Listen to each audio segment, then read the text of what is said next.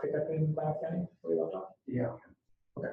So just so everyone knows, I think we talked about this from some of your out there, but this is the 17th county. So the recommended for approval ones probably go a little quicker than the discussion ones, but we're talking about the halfway point so far. So we talked about Klamath's prison use already. Really good trends overall. They're a little above the statewide average historically. And then what they're spending their formula grant money on. Hey, kind of weird. Katie could probably tell you all this herself. But basically, so they're investing in their jail, allows for the operation of 44 beds, which basically gives them the sanctioning capacity to be able to keep people locally. It also frees them up to be able to pay for treatment within the facility. In addition to their application is the behavioral health coordinator that's going to do release planning for those that are in the jail and experiencing mental illness. And then also new to the application is a 1 FTE pretrial officer. So they're one of the counties that attended the training that NIC put on a couple months ago, and that are looking to build capacity for pretrial services within their county. And I think at that training you had yourself and your new DA, your presiding judge, or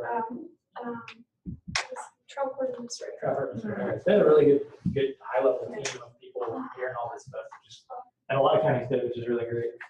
They're also on the cumulative kind of red, yellow, green on this thing. Klamath is in the green. They've moved down pretty significantly for a county their size, and they've accepted all but 3 people on short-term transit. So that's 119. I mean, we know they've got a high-functioning lipstick that meets regularly, talks about justice reinvestment and other kind of legal public safety issues. They're kind of in the middle of a mapping process. There's some technical assistance that associated with the coordinator, lipstick coordinator grant, and so that's kind of informed their application and will kind of inform things moving forward for their lipstick as they keep doing the good work they're doing. Yeah, and I think just to jump back to this real quick, having a really big year for property crime in 2016 and not like spiking way up is just really significant, because things do go up and down, and counties will have more, they'll have heavier years and lighter years for this kind of stuff that we track. And so, this is certainly not the perfect way or the complete picture, but to be able to sort of take the edge off and you have more cases and not pass all that cost on to DOC is completely the idea of this program, I think. And then the supplemental round, so they want just one position, and this would be one deputy district attorney, kind of in the same model, I think, to work with parole and probation. This is ODA, so it costs money to go to the district attorney's annual conference. I think it's a couple $100 or something like that. These are very small amounts of money. Measure 57 training is not a lot either. So these are all pretty small, and I'm not sure, I have to remember what their admin is off the top of my head, but pretty small numbers for that part. So the ODA and the supplemental that would be FTE, or is it's separate to the it'd be for the deputy. That one person. Yeah, for that one person. And then their target is 45 lesson takes. Yeah. It's a pretty significant chunk out of the 134, especially for one position. Klamath County received funding through a federal grant, the same one that started 416 in Lane County as well. And so they've been doing a KEBS program. So this is kind of a continuation of that work that they've already started. But they haven't had a DA that's kind of specific to the program, and that's what this would be like for them. Yeah, and really just having that continuity, one person in the office that sees these cases go through is just, it makes a tremendous difference. I'm sure you can talk about that better than I can. I mean, that's your integrity of the program, is that there's consistent who gets into the program, but also what happens to the people who reject the program. Yeah. And it's a luxury to have that, because the easiest thing for counties to do is to send people to prison. It's easy. The safe thing to do is to revoke someone. If somebody's got a violation and you're the judge or you're the deputy DA and you're there at the probation violation hearing and you don't really know what's going on and it seems like concerning behavior, just say revoke and you've covered yourself. No matter what, like, I did the safest thing. And so to be able to have people that can kind of have the luxury of finding better ideas or to really think things through and find other options, that's kind of what this position buys. And it is significant buy-in as well. In the last the first two biennium of this, most of this money's gone to parole and probation. So for this to be kind of shared around to other stakeholders in the counties is a really, really good thing, I think. And, a couple of years ago, we would not be getting letters from even the DAs in the counties that were on board with these programs. A lot of them, I don't think, would have been able to write letters or would have been willing to write letters that said, I want to reduce prison in my county. I want to do it with this program. And we required that letter for the supplemental grant. And we got it in every case. We got really good, thoughtful letters. Yeah, not just, I'll do the bare minimum or I will do this with these conditions. So we think that that's good progress, and then it'll allow counties that are already doing a good job like this one to kind of dig deeper in other counties to kind of have that jump start. Well, I mean, it's the reality is having that integration built in where everyone's knowing and working at the same table. Mm-hmm. That's how you actually figure out who your problem children are versus who can be redirected. Yeah. And for in some of the smaller, more rural counties where there is a handful of decision makers, it was, I think, a little shocking at first that some of these people don't talk to each other ever. I mean, parole probation and the DAs or the presiding judge haven't talked in like 10 years. They just kind of don't do it. And so some of it's turnover, some of it's just people, finding better ways to do things. But it's really changing a lot. It hasn't changed everywhere, but we're seeing really significant improvements. And I'm pretty optimistic about it, actually. All right. Next, we have Lake County. So, another thing I wanted to mention is that Lake, we have a spectrum of like big and small. I think Lake is by far the smallest county we have that applied for this money. But that's kind of a good thing as well to have the big, Polk County apply and Lake County apply. And it's not just all the bigger counties that apply for this thing. So I think there's something to be said for kind of all the boats rising, and that other counties see another rural county, we're like, well, they're doing this, and maybe we could do that. And that's something that when we go out and talk to these counties, and when we've shown them kind of like you're on the list of our 10 counties that aren't looking so great, we heard from a lot of those counties, well, we're already doing what we could do. Like, well, this county is similar to you as far as geography, population, like how much money they have, and they've made some real changes. So we know it's possible. And we know it is not, we're not asking you to do an impossible thing. We might be asking you to do something you don't want to do. We're not asking you an impossible thing. And so I think that counties seeing this in different places, there's a lot of benefit to that. Yeah, that's one of the things we kind of talk about too. There's the savings that you're going to get from people being diverted, but there's also kind of another benefit of this pot of money has been that it started conversations in places where these conversations may not have happened before. And we saw that there's a couple counties we know of that couldn't quite make the cut. We talked a little bit about it earlier. They couldn't get everybody on board, but they had really great conversations. And some of the outcomes of that was, you know what, maybe not now, but maybe down the road, let's keep talking, but this time frame is too short for me to feel comfortable with it. So that's been a huge benefit of this. I think, even beyond what you all will talk about funding today. Yeah. And so Lake County, they have, really small numbers, but they have come up pretty significantly recently. They have a drug court. They also have a new district attorney who has been revoking a lot of people and sending quite a few people to prison. She has no deputy DAs. She is the only prosecutor in that county, the only lawyer in her office. And so she does kind of the administrative stuff. She has to go to all the hearings, she has to charge all the cases. And the conversation that they've had has been to give them more capacity to have someone who can focus on more downward departures, as opposed to kind of doing what the kind of the easiest thing is to send these people to prison. And they also, so while this has been going up, it's been more first sentences to prison, and that's less people that are getting into their drug court. So their drug court numbers have suffered some. And the good thing about their application, I think, is that with that going on, they have tried to really address that. They really want to turn their numbers around. Their community corrections director is a really good guy and really, I think, sweats when they go up like this. Even though we try to play, we know you're a small county, we know you're going to bounce around a little bit. But I don't know how many times he's driven here to talk to us. That's a long drive from Lakeview. But he shows up.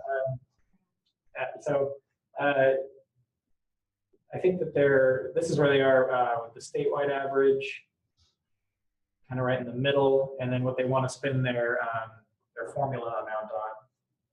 Yeah, so their primary kind of program for downward departures in their county is their drug court. This is a pretty new court. It was started with Justice Reinvestment Funding last biennium, and they're continuing to, they're wanting to use money again to kind of keep that moving. They also receive a grant through our treatment court program through CJC. And so it's a hybrid court. They do both kind of drug cases. They also do Dewey's as well. And they focus on medium and high risk offenders. And most of the cases that they have are downward departure cases. And so they have seen in the past, Ross alluded this to a little bit, that their DA has been sending a little bit more people to prison recently, and so their drug court numbers have dropped. What they're hoping for with this, and we'll talk about this, I guess, maybe now, is that by having that more capacity in their district attorney's office, that they will be able to kind of increase the numbers in their drug court, which will then, which will decrease their prison usage as well. Yeah. And 2016 was a disproportionately high year for them in property crime, so they did go that. It's not that they're just sending everyone to prison is going up. Yeah. But they did have a big year for a lot more felony property crimes. And we had some conversations a little bit about this because, they're for a larger county that has a larger prison population, just kind of funding a drug court may not be enough to kind of make a dent into your prison population. For Lake County, it's a pretty significant portion of how they handle, pretty significant piece of how they handle their downward departures. So it's a little bit different in this county context than say a larger county that says, our 30 to 40% capacity drug court is going to be our prison diversion. It's a little bit of a different conversation when you have a larger population. Yeah. So just real quick, Lake County only has one judge, I'm assuming. Yeah. So this is their ask. They want that additional deputy DA to be able to focus on their treatment court and their downward departure cases. So they asked for that one position. They didn't really ask for much else at all. I think it was mainly just the FTE to hire that position. And they think that they can, they had 16 intakes. They think they can cut that in half, looking at their revocations and also their first sentences. And this is an example of kind of what we were talking about before, where there has been, when this supplemental grant came out around their Justice Reinvestment Formula grant, there's been kind of a really serious, intense conversation between their new DA and community corrections and the judge. And everybody's got to a place where they're on board and they're willing to do this. And I think that was accomplished in a pretty short amount of time, and a lot of showing data to their new DA and to their judges and just kind of linking things up. So it's been a really good conversation and very quickly, and they all seem to be in support of it.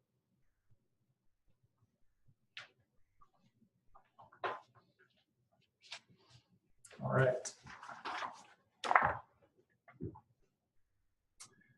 So next we have Lane County. So Lane County is doing the 416 program. As you can tell, they have very significantly decreased their prison usage for property, drug, and driving crimes.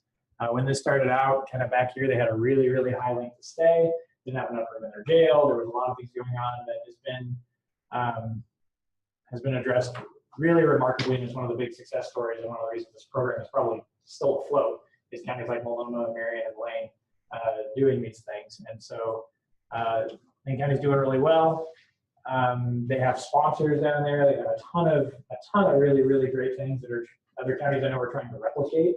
And they have made a pretty small supplemental grant ask. Here's where they are.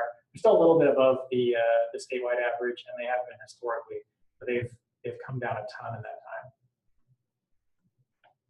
And then this is what they're asking for in the formula grant. So their unspent funds are a pretty small proportion compared to their total award amount. They are due to a late start, just hiring people, getting things on the ground. They kind of broke their application into three pieces. One program was focused on reentry, and so that includes a gender-specific PO, some mental health treatment, money away to sponsors, sex offender treatment, and then also the battered intervention program that was funded last time around. And then the other piece of it is the prison reduction. And the interesting one thing that I thought was really interesting about their prison reduction program is Lane County does a really good job of kind of getting grants and bringing in outside money. And most of their prison reduction strategies are basically their justice reinvestment kind of jumping in where some other grant funding has ended. And so they're really able to get the good things started and then find ways to continue it, which is really hard. It's sometimes easier to figure out how to pick up a grant funded program when it's over than it is to get the grant in the first place. So it's been really good to see them be able to do that. And that ability to pick that up, I think, is one of the reasons that you keep getting grants there, is because you've shown the ability to not just start something and then let it die, or to keep it going. I think that's, I'm talking to Susan Sowers, I think that's been something that's really, really useful as far as getting other grant money and showing you can sustain it. Well, when you're bored, you learn how to be really creative. Exactly. So in their prison reduction program, they're funding a portion of the 416 program, portion of the Veterans Court, mental health court, education program for folks on supervision, pretrial services, some CIT training, and then some treatment as well, and a community prosecution program that focuses on non-repeat low-level felony property cases. So if you get into the program, your case is dismissed at the end of it. Probably know any more about that than I do. And then the last piece of it, that goes toward the staff for their local public safety coordinating council, Susan Sowers. She and some of the other assistance that they receive from contracting with the Lane Council of Governments to be able to support their LIPSIC. She did say in the application that the PSAC has brought in about $8 million in successful grant applications, and that's just 2016, 2017. Yeah, pretty amazing. Yeah. And then for the supplemental grant, they have a pretty small ask for their size. They're asking for about half of 2 deputy DAs and half of a probation officer. And they think that they can decrease their intakes by a really, really significant chunk. So they've come down a lot already, and if they can do more, that's going to be a huge help for this program, obviously. And they've shown that they can do this successfully already, so we thought it was something that we felt really good about. So the divisions, the 2 deputies, are they going to have separate entities instead of just getting like one FTE and splitting it between 15? So we are budgeted, and what we would like to do is dedicate a little over half time to the different programs. This last biennium, we have, this is probably a longer explanation than you want, but so we had this low-level diversion program through the Center for Dialogue and Resolution. That was grant funded, and then the grant ended, and so we had the position unfunded, and the program is pretty much dying out. So now the PSCC is going to refund that program, and we're going to start putting more, not full, but be 2 part-time DAs. So you have 2 individuals. Right, that are each of them partially responsible for the program.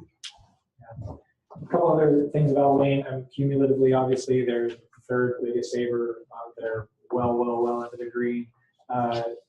On short-term transit, they've taken over 500 offenders and only 526, and they've only rejected 13. So they're a remarkable county that they're able to save the state money up front with downward departures, and also on the back end with really good reentry stuff. A lot of that is through sponsors. So, there's kind of 2 directions you can do this, and they're doing both. So our prison usage on property offenders now is mostly going to be people who rejected 416 or were too high risk to go into the program. If they rejected, then you obviously want to encourage people to take the program, and so the sentence and all of that is old school. Right. If you don't take the program. Right. Well, motivation.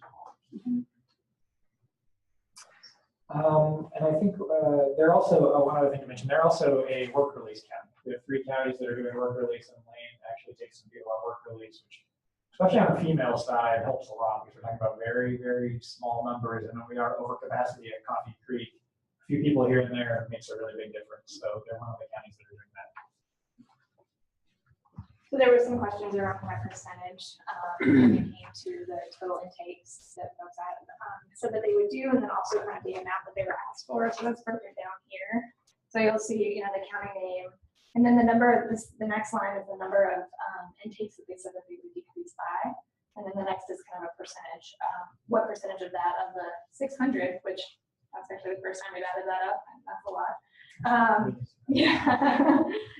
That were in all of the supplemental And then next line is the total amount that they asked for. Again, that's for their program. So that's just for the services. That does not include the victim 10%.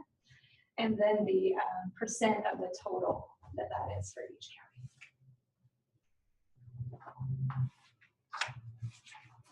All right, next we have Marion County.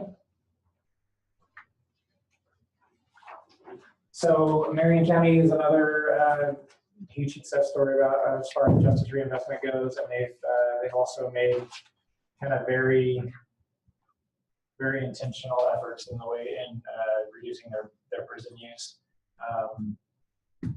All these counties I think that have done this have at some point kind of had like the talk or whatever you want to call it, where they've sat down and kind of hammered out what they want to do. And if you look at this, the counties that are in the green are the ones, and the ones especially that are the most in the green are the ones that had the talk earlier, and then the counties that are not are the ones that are either still figuring that out or struggling with that. And so Marion County, they used to have a big problem with those kind of zero tolerance trap probations. There were a lot of people getting revoked, and they have a really great probation department there. They do a lot of really good reentry stuff. And I think they were really surprised with, and I think like Lane as well, I think when you looked at the numbers a couple of years ago, or a year and a half ago, to see where people were at, they were really surprised they were using more prison than Multnomah County was, even though they're significantly smaller. And so they've really made a lot of changes. They have a county commissioner who's very involved in this. They have a great sheriff, community corrections director, DA. They've got kind of the whole package, and so they've been able to make a lot of progress. They're also below they're almost down to the statewide average. I thought they crossed over, but they haven't quite yet. They've come down significantly, and they're another 460 plan. So that's where a lot of their money's going. But yeah, they're very engaged. They really look at the data, like all successful counties do, kind of have all the hallmarks of it. So they have a small amount of funds left over that will continue to kind of into the next biennium into their programs. Their asks are pretty much the same programs that were funded in 2015-17. They, with a couple of adjustments in budget, but the primary amount of their money going toward their 416 program for prison immersion. The rest of the programs are kind of a mix of reentry services, treatment, housing assistance, education assistance, and other kind of programs that they have already going on in that county. Yeah, and there's with the grant aid formula, with just the general money that goes through DOC to the counties, that grant aid formula changes a little bit. For most counties, if it goes up like 1/3% or 0.5%, it doesn't really make much difference. If you're a really big county like Multnomah or Lane or Marion, if your percentage changes, that multiplies out to be a really big chunk of money. And I know that Marion County, because of that, is getting less money than they did the biennium before. Multnomah County's in that boat. I don't know if you guys are in that boat or not.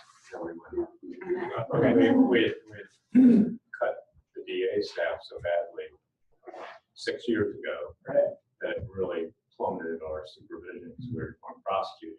Right. And, Well, they're sending you away to prison. Yeah.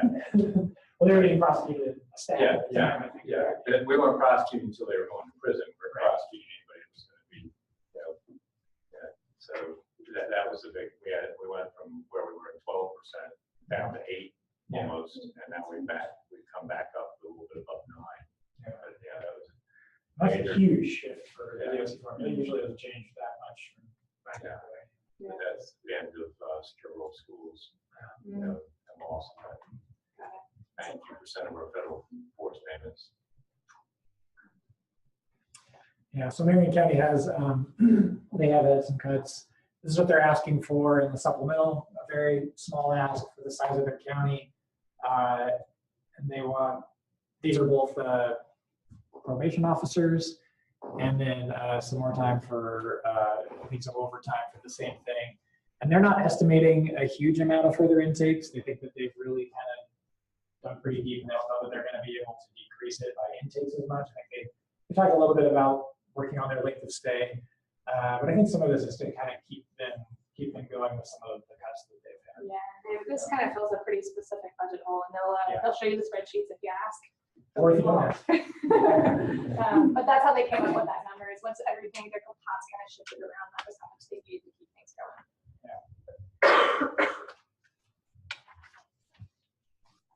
those correction justices or the patrol? They're correction, they're, yeah, they're all probation.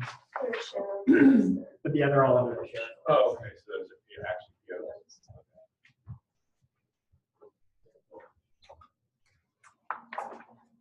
All right, and Multnomah County. Sheet for them. But Multnomah County, so I think Multnomah County was the first county to have the talk, as we like to refer to it. And they did it very early in the morning, over and over and over again. And, you know, when I worked in Multnomah County, when I was a deputy there was not great communication between the DA's office and parole probation. There hadn't historically been for a very, very long time.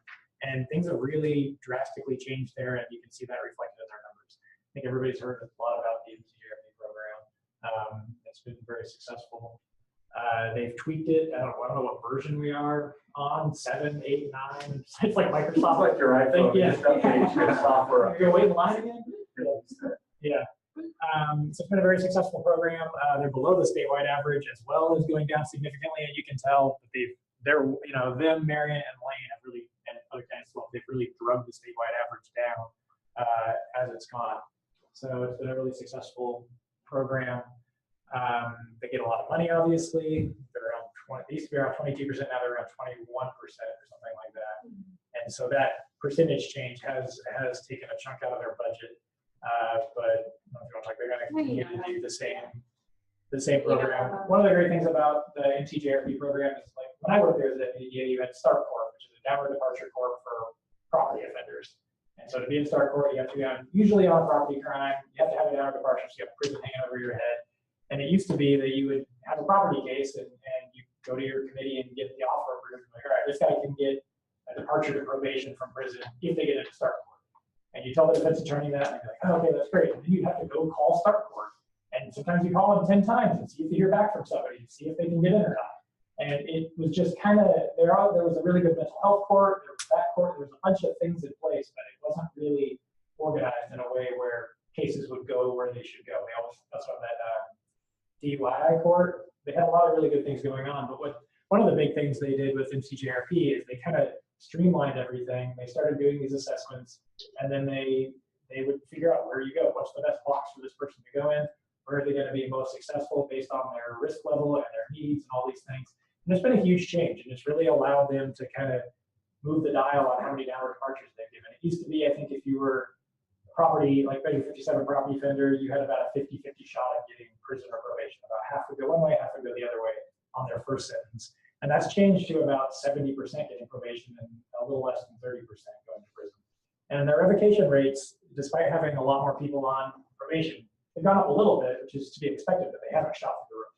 And if they had, we'd, just be using their resources, and then people would be going to prison as well. So they've continued to tweak their program. They've done a lot of really great things, and it's been a really big success. And then on the supplemental grant, they've got the biggest ask, and it is a whole bunch of things that I don't want to read out loud. There's too many. Yes, I think the thing that to kind of take from their ask is they've spread the money. They've done a good job of kind of spreading it around to a lot of different partners. So they have an ask for Portland Police Bureau. They have an ask for the Sheriff's Office, the courts, the clinical social worker that you see here, and the case manager are both the Metropolitan Public Defender.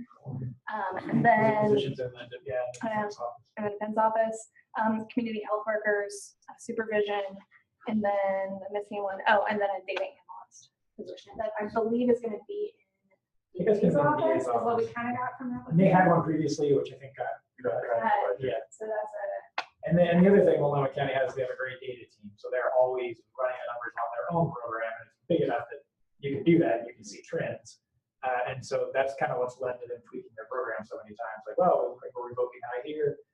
Another thing they're going to focus on with the new program is going to be an intense focus on female offenders because their revocation rates are a little higher for female offenders than they are for males. So more gender-specific programming for them. And then they also are going to look at kind of the age range that's really high risk, so kind of the under 25-year-olds. And I think they're going to bring in some of the tier 2 measure 11 stuff. So they're expanding their program, and they think that that's going to allow them to decrease their intakes even further. So, and beyond that, the numbers of the intakes as well. They go stay around female offenders as well. Mhm. And And they're short-term looking to take a transition. little longer for females as well, so they think they've got some more they could cut there. So the PB officer as well as the enforcement deputy, they're going to be assigned to kind of ride herd over whoever's not reporting and stuff, work as a team. Yeah, it's a team, and there's a part-time sergeant as well. Okay. Yeah, so for those, and this is kind of what Columbia County is copying, Right. or wants to copy, is that, when you put somebody in treatment and they walk away, they'll go find people very quickly, a lot quicker than you would find them in a big metropolitan county. And they can get them back in probation or back in that treatment bed if that's what is deemed appropriate very quickly. And that, I think that has a lot of downstream benefits. It's good for that offender. Also, you don't have beds that are just kind of languishing, not being used by anybody until somebody else goes in front of a judge and gets assigned to be there. So Right. it's a more efficient use of your resources. And And people know that are in the program, they're gonna come get me. Yeah. It's not gonna be 3 months from now. it's not gonna be, I can't think 3 months ahead, so I don't have to worry about it. They're gonna come find you in the next couple of days. And they do have a good track record of finding people very quickly. Yeah. And for a county that's already kind of gone down as much as they have, that's a pretty significant number. And as we were talking about earlier, they have lots of meetings early in the morning and are constantly looking at stuff, really good collaboration. It is an incredible collaboration. Right. Any questions on this one before we move? So Yamhill County. Yamhill County has historically done lots and lots of really good things. They were the only one before this biennium who focused on pretrial, and that kind of led them to looking at how they assess people and then where people end up going. Do they go to prison? Do they get probation? They're very data driven. They quite a while ago hired the same guy that Columbia County has now hired to kind of work with and they called it their policy team. Yeah. It's kind of like, Evidence-based decision. yeah. So, and they've reached out to, they're a very sophisticated county. They've reached out to National Institute of Corrections, which is who gave them technical assistance to do their pretrial reform. That's kind of what led to us getting this training for 8 other counties in Oregon. So they've been doing a lot of good stuff for a long time, and it's really showed up in their numbers. And their policy team is not the same as their lipstick, but it's pretty much the same people. But they also have early morning meetings, and they kind of decide what they want to do. They have a new community corrections director, Jessica Beach, who took over for Ted Smetana, and she's been working there for a long time and is really fantastic. And they have a lot of really good stuff in place, and they do really good work. So they are also below the statewide average pretty significantly, and have been for a long time. And they get a little less than $1 million, and Yeah, so they don't have any unspent funds, and they are funding basically the same things that they did last biennium. So the first part is the continuing their pretrial work, and then the second piece is their evidence-based sentencing project, which is basically their kind of alternative sentencing program for downward departures. And then one other thing, so they actually do have an increase in their ask for their housing this time around, and they put that was in anticipation of 120-day short-term transitional leave change. So they've got some preparation for that. All right, and so in their supplemental round, they are asking for that same deputy DA. They think they can go another 10 intakes in the next biennium. The extra stuff is ask for program evaluation, which I don't think is a huge amount of money. I think that's to have that same guy, Tom O'Connor, who worked with their lipstick. They want him to come in and kind of evaluate this new program with this new deputy DA. And then there's a small amount of money for just kind of equipment, bar dues. And this is all around that one deputy DA. So sending them to the DA conference, and they have an administration ask. So they have a little bit of extra stuff beyond the position. Not a whole lot. It's pretty small. Plus,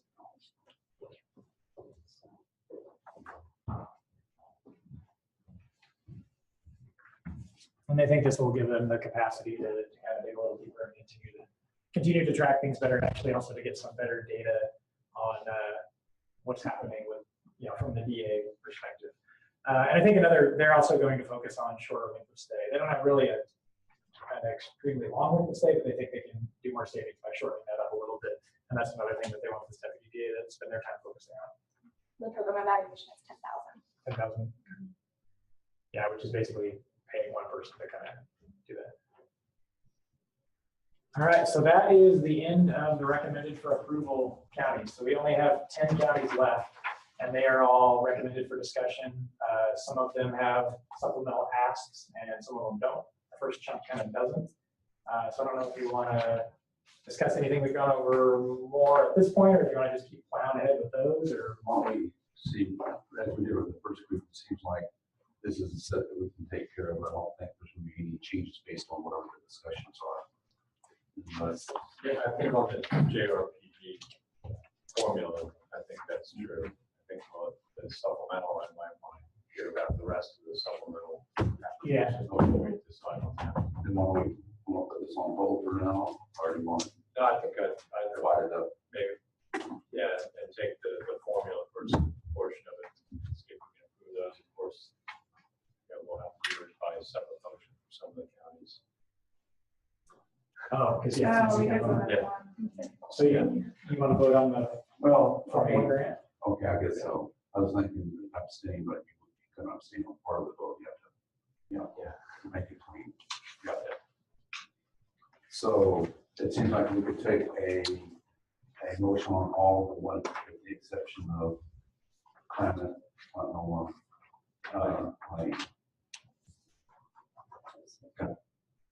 But No, does it matter for me? I mean, I'm just in Jackson County as my district. yeah, no. Because you're not.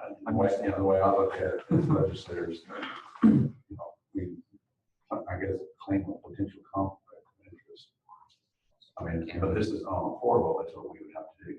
Yeah. But I don't know, in this world, we've never done that. More directly benefit from. Yeah, that's the way I look at it. Yeah. I do.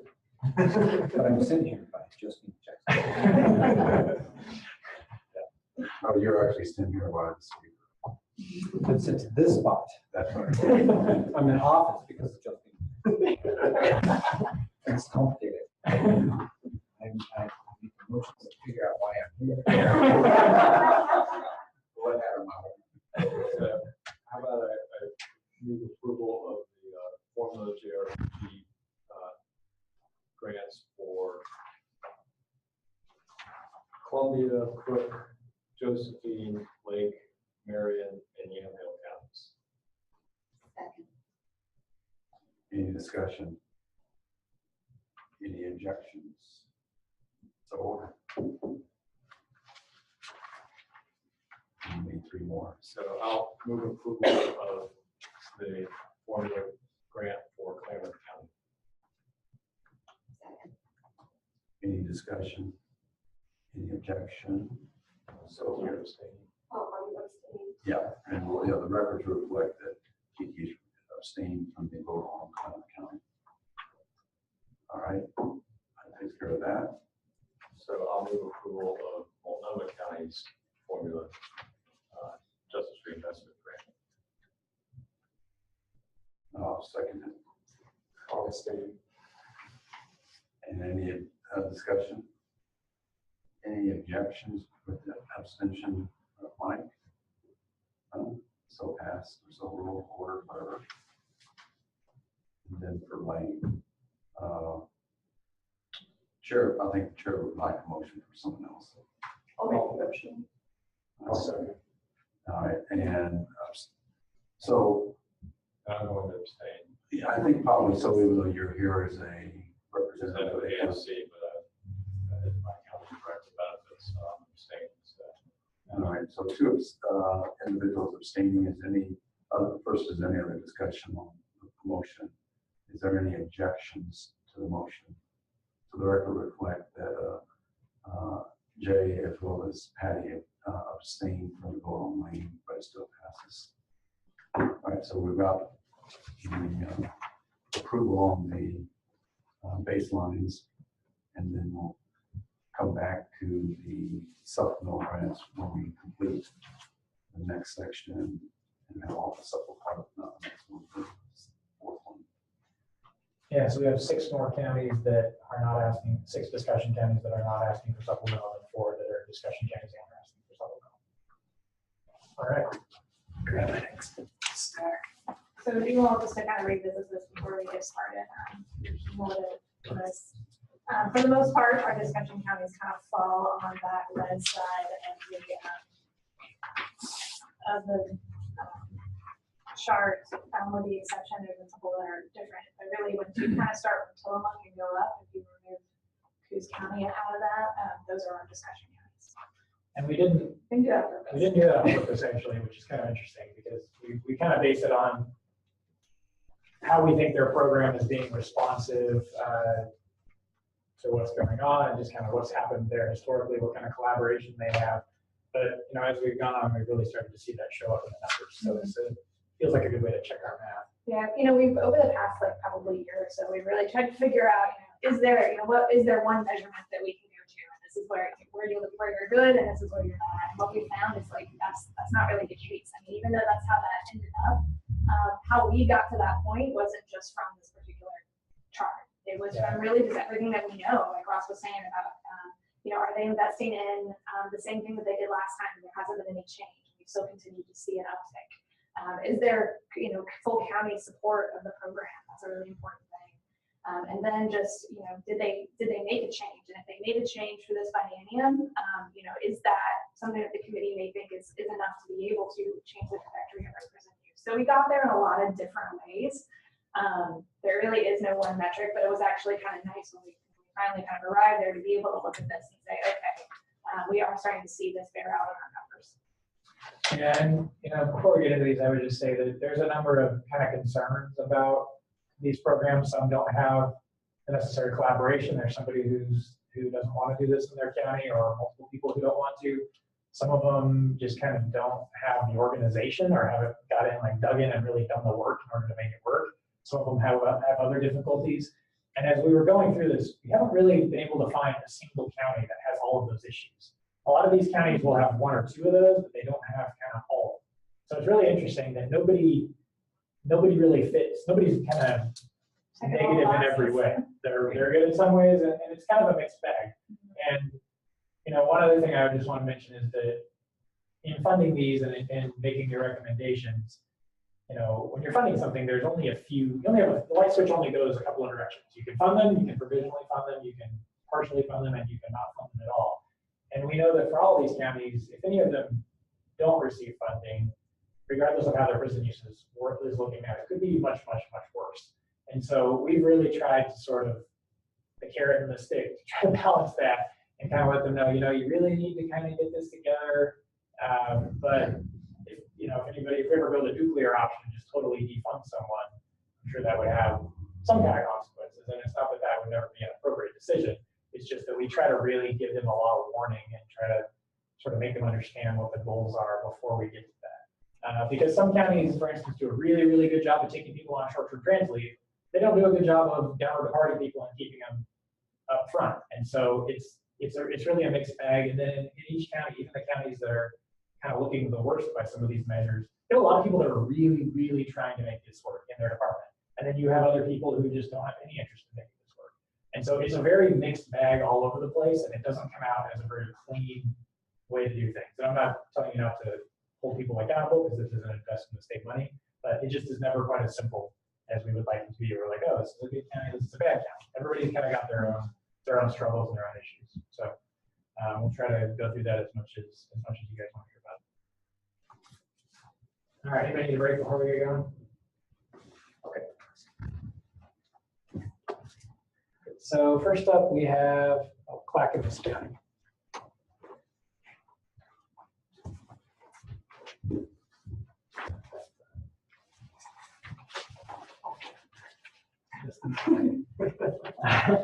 So Clackamas County, on the cumulative sheet, they are in the yellow. They're a big county, so even though they're in the yellow, it's a big yellow, which means that overall they're using 10% more than their baseline. Kind of accumulate all the stuff that's happened since the 2015 mark when we started measuring this. So Clackamas County gives, their district attorney, just to get this out in front, is not the biggest fan of this stuff. He doesn't like funding or state programs to tell them how he should prosecute cases or how he should use prison. Interestingly, if you look at their numbers, they tend to give short sentences, and they're a really well-funded DA's office, so they really deal with cases as they come in. A problem in Lane County that used to exist was that you would deal with these cases in a stack. You know, you didn't have enough DAs, and so you enough deputy DAs, and so you'd be like, all right, we need to get around to running this guy's cases because you got 4 of them. By the time somebody has 4 cases, we're definitely going to send them to prison. So that was kind of an issue in Lane County and some other counties. Counties like Clackamas and Washington don't really have that issue because they're well-funded DA's offices. So Clackamas County, they don't give very many downward departures, although they started giving more recently, but they also don't give very long sentences, and they don't revoke very many people. So if you could imagine a Clackamas County that just gives some more downward departures, they'd be kind of an ideal county, which is really weird and kind of it's not very intuitive to kind of what you think and what you hear if you pay a lot of attention to this stuff, which we do. And so they haven't really, you know, they had kind of a high point here, and this is a big county, so you can really kind of see trends better than you can in the little ones. They haven't spiked up in a crazy way, but they have kind of just continued to basically go up the same way that they have before Justice Reinvestment was happening. And if you compare them to the statewide average, they're significantly below the statewide average and kind of always have been. And that kind of goes back to, you know, they don't revoke a ton of people. They don't give really, really long sentences. They're fairly judicious about their prison use. But it's also hard to tell how much this has actually affected their program. And they get a lot of money. So that's kind of where the rub is. They have a really, really good parole and probation department that is connected to their sheriff's office, and they do really good work. They're very sophisticated. In the past, they have funded a transition center, which I've got to tour, and maybe some of you have, but it's for people that are getting out of prison as well as people that are getting out of jail, and they have computers there. They have people that help you with your resume, get your ID back, help you get a job. You know, they actually have meetings there for AA and NA and all kinds of other things. You can meet with your probation officer there. So they have a lot of really, really, really good stuff that was funded by Justice Reinvestment, but they are also kind of nibbling around the edges of what they can do without getting a ton of downward departure people to work with. If you look at their short-term transitional leave, they've only declined 2 people, and they've accepted 256. So they do a really good job for reentry. They do a really, really good job of a lot of things, but this has been mainly a parole and probation focused program. And for a big county that gets, you know, $2.5 million, that's kind of what the rub is, obviously. So this biennium, they're going in a very different direction, and they want to focus on pretrial. I'm going to talk about that more, but they came to the pretrial training. They had a really good team there of high-level folks, and this is kind of their plan. They're still going to fund their transition center, but it's not going to be out of the Justice Reinvestment Fund. Yeah, so that was their kind of their primary program last biennium. They did have the CSAP program, the Correction Substance Abuse program as well, but really the bulk of their money went to that transition center. So they've shifted that to another part of their budget. They will continue to spend the rest of their unspent funds on that program, however. And now the bulk of their money is going to a pretrial program that is our understanding was pretty heavily negotiated and does have buy-in from all of their stakeholders. So a bit of a different thing for them. Previously, their Justice Reinvestment application was just kind of the community corrections deal, and now it's kind of shifted a little bit with this pretrial program. They do have support from their judiciary and their district attorney on that particular piece.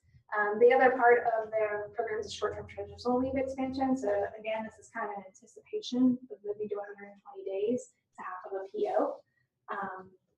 And they've obviously already done really well. So they kind of plan to continue that focus. And then the CSAP program, which also has been very successful for them. They are expanding this program this year, or are applying to expand it. They want to add 18 more male beds and then 8 more female beds. And they have said that they want to prioritize those beds for folks that are in danger of being revoked. And they actually give a number. They say that they'll decrease their revocations by 30% by having the CSAP beds available. So that's something they call out specifically in our application. Yeah, they also are going to, when they expand their CSAP program, they also want to incorporate people, because there's a lot of people that get cases in the kind of the tri-county areas. We get a case of Multnomah and Clackamas, or Multnomah and Clackamas in Washington, or some version of that. And they also want to bring those folks in that are close to being revoked in other counties and saying, hey, we can supervise these people, we have the resources. So that's another positive thing. They have a DA early resolution program that they've just started out for a number of crimes. We got a pretty exhaustive list here of all the crimes that it covers. It doesn't cover downward departures. It doesn't do like property crimes that are presumptive prison under Measure 57. If it did, that'd be a much different conversation. But it doesn't. And the idea, I think that will kind of go hand in hand with their pretrial program as far as freeing up space in their jail. I know that we've seen a lot of good things come out of the Yamhill's pretrial program, and Yamhill and Clackamas are different animals. But if you do a pretrial program, you kind of are forced to map your system and figure out where people are going. And there's a lot of research that suggests that if people spend less time in jail before their case is resolved, they're less likely to go to prison, or they'll get a shorter sentence. And so their application talks about that a lot, if you recall. That's a way that they think they're going to be able to reduce their prison use. So this is not a more downward departures. We're going to supervise more people. It's kind of mapping the system and getting at things in a different way. So, all the ways you can reduce your prison use is probably not, well, it's certainly not the most direct, but they do think that they're going to get at it with short-term transitional leave and some other things. So have you all done any work just to see if they were amenable, understanding not too short-term, what the difference would be as to what they could do, reductions? With the supplemental, they were interested in the supplemental when it first came out, because like everything, they're always looking for funding. And we had a conversation with them, and I said, well, you got to talk to your DA. And if John doesn't want to do this, then don't bother applying, because you're going to waste your time on an application. You're going to waste our time reading it, and it's probably not going to get through. And I think they had those conversations, and what they were able to negotiate out was the pretrial program, but they weren't able to, I don't think, get to a supplemental program. And that's part of how we tried to build that as a pretty tight box. And so that money would not go to counties that don't want to do downward departure programs to reduce prison. So they have started getting more downward departures. We know they have. We have never been told that is because they want Justice Reinvestment to succeed from the district attorney's office. But we're not quite sure why that is. It might just be that the enhanced services that they feel more comfortable doing that in that office, but they've never come right out and said, we're intentionally giving more downward departures in order to save prison. So, and it is important to note that beginning to do something like a pretrial program is a step forward in collaboration. They've had a lot of difficulties practicing this. Yeah, they do have a relatively new community corrections director who's doing a really great job, but it's trying to kind of get a fresh start, I think, with the other folks in their lipstick. So that's maybe part of it, but yeah. So we try to give you all kind of as balanced a view of this as possible, talk about some of the things that we see them doing well. This was one particular one was flagged for us because they have been given money to do this, and they really have just kind of gone like this, and with a little bit of an uptick. So, but they're not doing the same thing that they did before. They have made a change. So we just figured that it was something that you all should discuss and have information on. It wouldn't be something that we just kind of come out with a recommendation. What are our options here? Fund in whole or in part, provisional funding, which is where we try to put some kind of parameters around this is what we want to see in a year. And that might not be something we would figure out right now, because it's probably a little more complicated to say, okay, you need to be right there or something like that, or reject.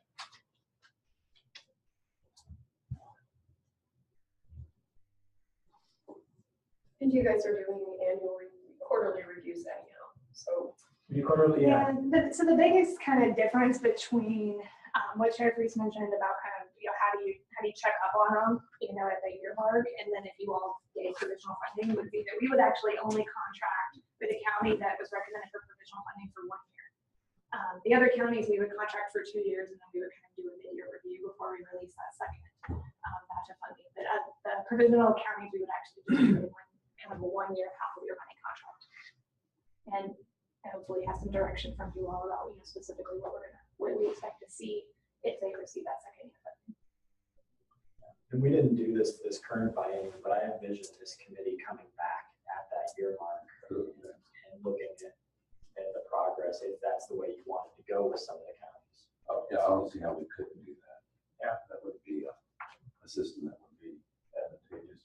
I mean, I don't want to just, if we did go this way with any of these counties, throw something out there and not us follow through with what we need.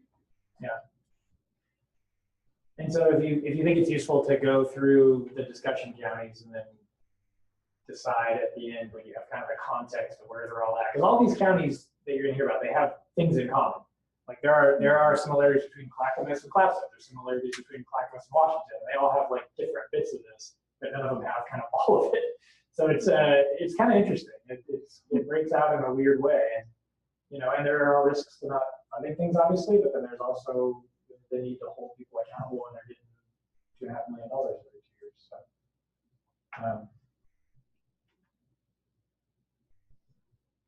I think it'd be helpful to keep going through. Keep going? Yeah, that context of looking at other counties, I think is useful. yeah. Okay. Let's see. So next up is Clatsop.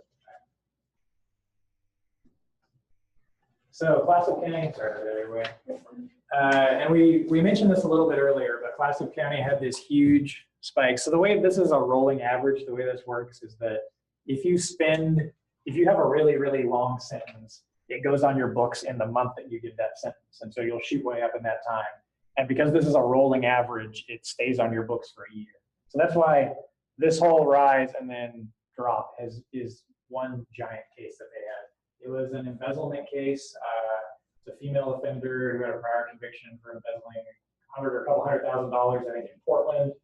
She moved to Clatsop County and then did something where she wrote a letter, supposedly from her PO to a business saying, I think it's okay for this person to work here. She was a bookkeeper or an accountant or something like that. And then she also wrote a fake letter from the business to the PO saying, we're aware of her history and we're going to hire her anyway. And then she proceeded to steal another couple $100,000 from that business. And I think maybe put that business under. It was a relatively small family business.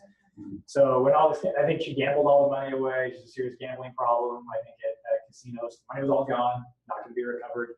And she was sentenced to, I think, 30 years. Yeah, 30 years, which is a giant sentence because it was charged as a whole series of either aggravated theft ones or theft ones. It comes in under the problem. Charged it so that they could get the most stacking as possible. Yeah. The DA's recommendation was 40 years. Yeah. Yeah. It was a big giant case. 30 years if she, and I can't remember how old she is. She's like in her mid-50s. Yeah. So she may or may not live to get out, but it's essentially a life sentence. And you don't usually see life sentences in property and drug crimes. So that's why that giant chunk is there. So when we went out to Clatsop County and kind of showed them, even before this, that they were it didn't really seem like their numbers had been impacted by this funding. And they're a relatively small county. I mean, they don't get a giant amount of money. But this case was on their books the first time we went out there. And so we actually took it out just for the sake of argument to say, like, look, here's what you look like with this case. Here's what you look like without it. And they were still, above the red. They were still well above their baseline. So as you all probably know, their district attorney is no fan of this program. Has been fairly outspoken about it. They, similar to Clackamas County, they came to the pretrial training and they wanted to do a pretrial program. So they're trying to do something that's very different. It has some kind of similarities in that they are not able to really get their DA on board with more downward departures. Clatsop is different than Clackamas in that they do get downward departures. They give a fair amount of them, but those people get revoked a lot. They have a really high revocation rate, and I think it's some of that kind of very little or zero tolerance probation or kind of trap probation. Who runs community corrections? Sheriff's office. It is under the sheriff's office. Yes, it is. Yeah, and Kristen Hanthorne is their community corrections director. So an interesting thing, and we went out and had several meetings with them to be like, look, you guys are not looking good by these metrics, and this is something that you're going to be, you're going to be looked at by our review committee and our commissioners. And there were some judges in the room, and there was a discussion around, the judges are the ones who actually revoke people, so it's not like it's all coming from the district attorney's office. And the judges kind of said, well, all right, then we can do this differently. And this dip in here, and granted they're not a huge county, so they're going to bounce around some, but in talking to them, I think some of that dip is that their judges have started to change how they do revocations. And so they don't have uniform agreement in their lip sync think the judges are starting to change, and they think they have a new judge there and a new presiding judge, but starting to change how they do revocations and to try to move away from these zero tolerance probations and move in a different direction. They are above the statewide average historically. And then this is what they want to spend their money on, and it's pretty much all their pretrial program. Oh, trial. What's the philosophy of big pretrial? The two counties, the two DAs who are not advocates.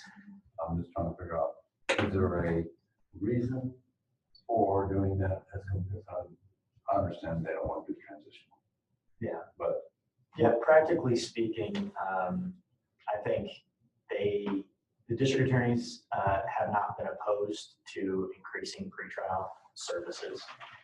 And so it's easier buy-in, and the theory from the other people around the table is, like Ross pointed out, that, you know, with good pretrial services, you can manage your jail population better, you can have more room for sanctions and services, and then, you know, that might lead to less long prison sentences. So maybe a pretrial program theoretically could reduce prison usage. So I think it's really the county trying to figure out some path forward that the district attorney could agree to, and it's the least One of the few options, really. It's really, yeah, it's basically, in a lot of ways, it's a workaround of the district attorney, who is just adamantly opposed to front-end diversion or doing anything differently with justice reinvestment. And I don't think you can really, you know, in the end, do a great pretrial program without your DA's buy-in. But, you know, in Clackamas, they have negotiated that out, and he's on board for that. And conflict as well. Yeah. So also on their Jefferson transitional leave, Clackamas has done a good job on that. They've taken 42 people and only declined 3.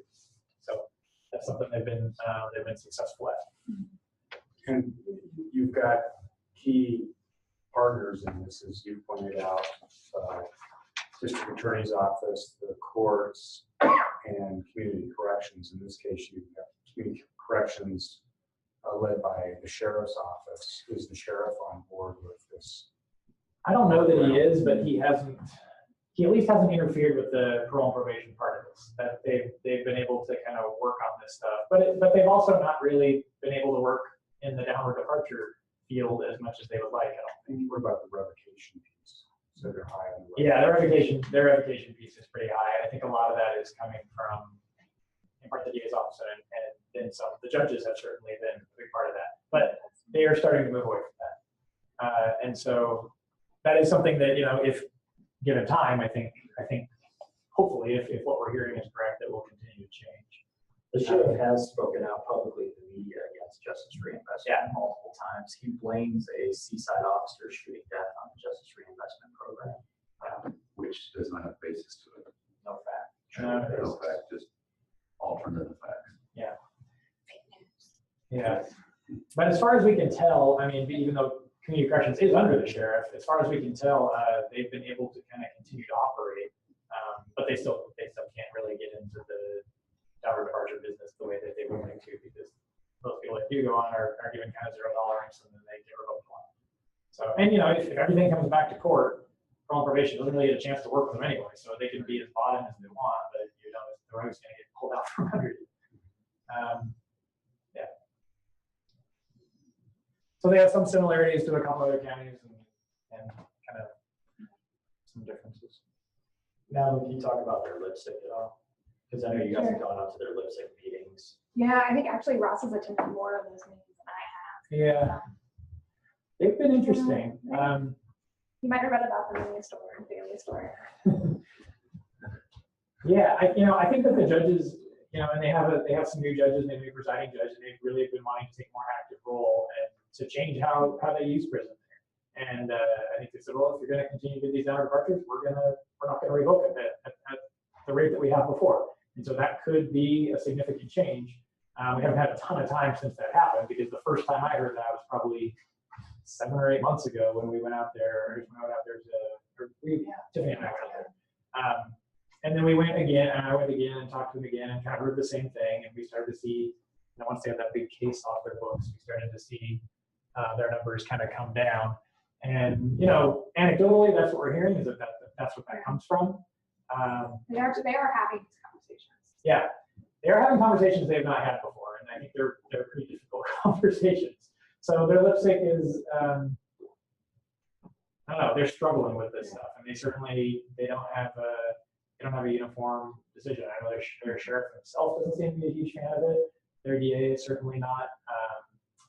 Their judges are kind of different than they used to be, and parole and probation is making it known that they want to dig into this stuff. And they talked about, this is going to cost us our funding, and I guess we'll see where it goes.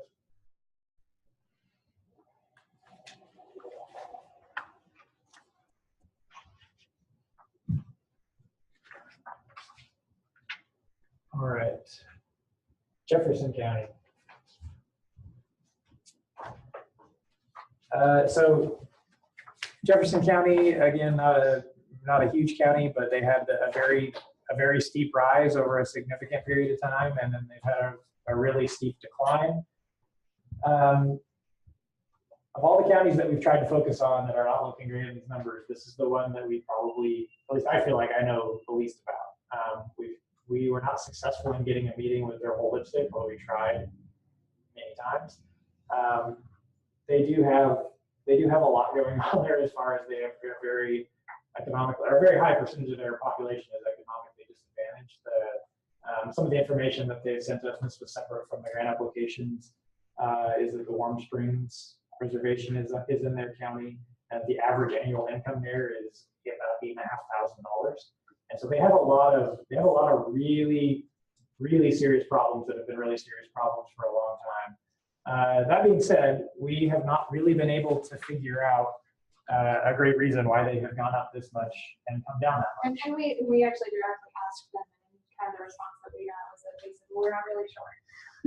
Yeah, they don't seem to have a lot of collaboration in place. I don't know that there's a lot of great communication between the different stakeholders.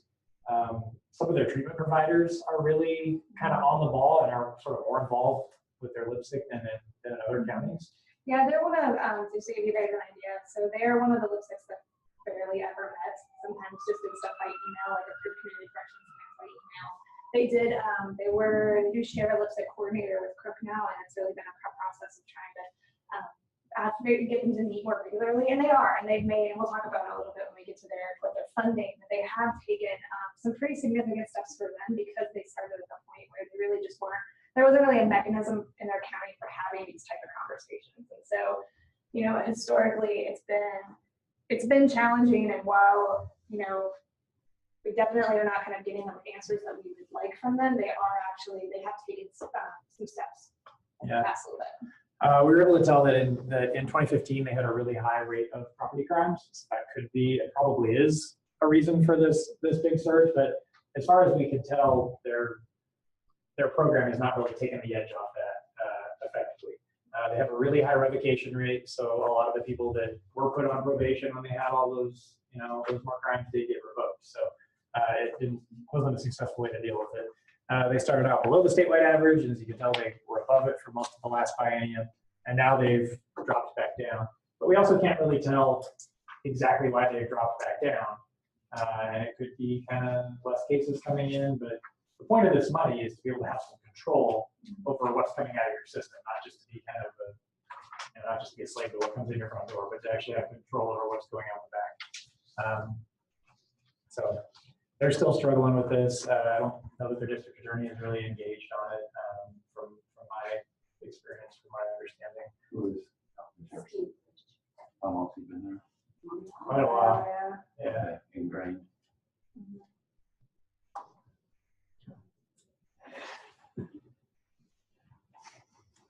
Yeah. So yeah, and when they're funding, so they don't have any unspent funds from last time.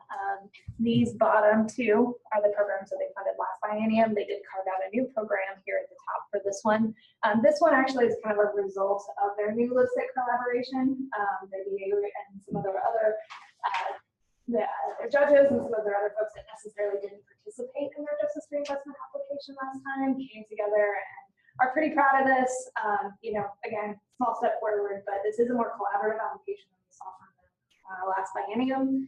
And then just another thing to note, their in-jail treatment services, part of that goes to Native American specific treatment groups. They have a large enough population within their jail that they have with a male and female specific group. Yeah. That is funded through Justice Reinvestment. So they're slice of the pie. They're not a huge county. They don't really get a whole bunch of money, and there are some signs of progress, but they've been kind of slow in coming, and certainly not where we would hope they would be at this point. I think additional information that we requested from them. Their hope is kind of as they build this capacity within their county to be able to supervise folks at the level that the level of the district attorney expects, that hopefully they'll start to get more of those downward departure cases. But it's a little bit where some counties were last biennium, right? We hope that this will happen rather than where we're seeing other counties move to right now, which is that we're working on this thing right now. We expect to see kind of direct results. So they're a little bit behind in that. I think they had, some people in their county wanted to apply for the supplemental grant, but that didn't happen. And then they're, just to round this out, their short-term transitional leave, they've accepted 44 people and only denied 6.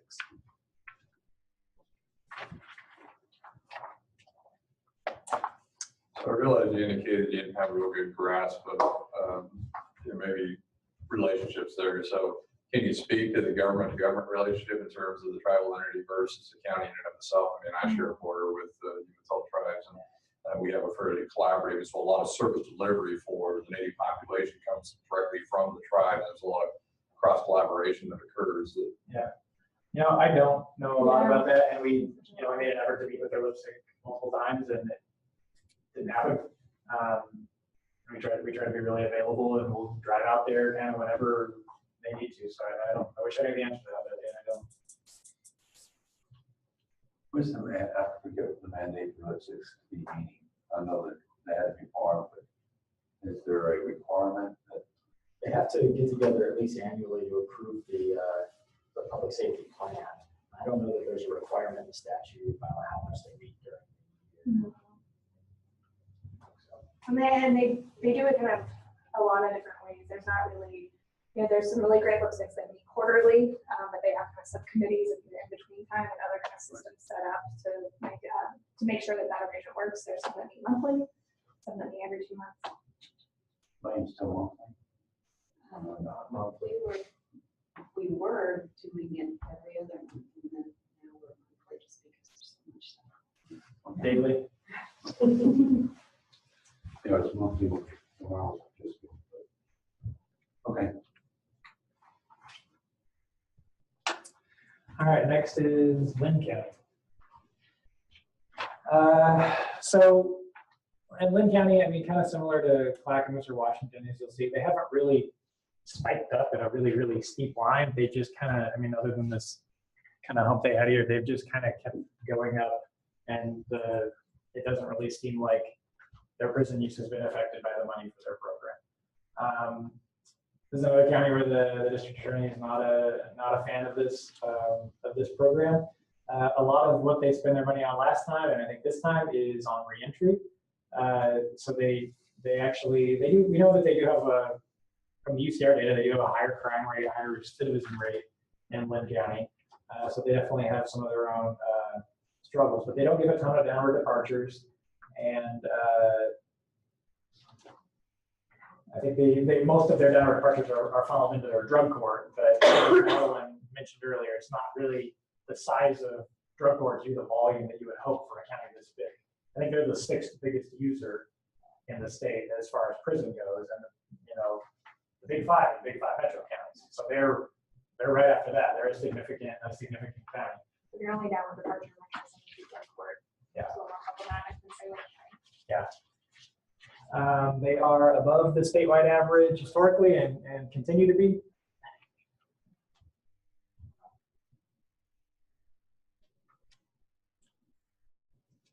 And this is what they are wanting to spend their money on, which I think is more or less the same as last time. Yeah, so more or less the same. They did so the prison reentry program is studied with a 3% money. From last biennium, it was shown to be effective. The community intervention program, peer mentors, there's a jail mental health provider, and then the kind of new addition to the community enrichment program is that they are funding a piece of their drug court through Justice Reinvestment this time around. And that is when we've gone back to them and said kind of what we're saying to you, which is we're not really, what we've been seeing you kind of go like this, and we're not seeing really any new application that makes us think that that trajectory is going to change. They pointed back to their drug court as their kind of primary source of downward departures in that county. So it does start being the high-risk offenders. They do downward departures there. It's just kind of a matter of, is that really enough? Given the population. Knowing that specialty court funding declines slightly, just adding a little bit back into their drug court basically is just full circle of their current program. Yes. So they're not really making a change in their system to try to adjust their trends. Correct me if I'm wrong, but they don't talk about kind of expanding their drug court. So Not that I can remember now. And we fund, at least in large portion, out of our specialty court pot, their drug court. In the last biennium, Tiffany was just telling me they underspent like 20% of the allocation. Yeah, because I know we had to make up some specialty court money out of our formula.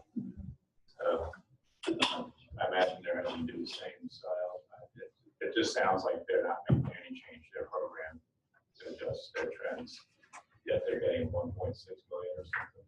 did you say 1.6? Yeah. Doesn't matter which one. No. Yeah, so this is one of the counties where their community corrections is part of DOC. They opted out at some point. And I've gone to some of their lipstick meetings. I know that Maureen, who's their community corrections director, would really like to work on this stuff. She's really great. She is making a big effort, but you can only try to supervise the people you get. And so without getting kind of more downward departure people to work with, the numbers kind of are what they are. So their big focus is really on reentry. I was going to say, it makes sense for reentry then, because that's the only thing making impact. So.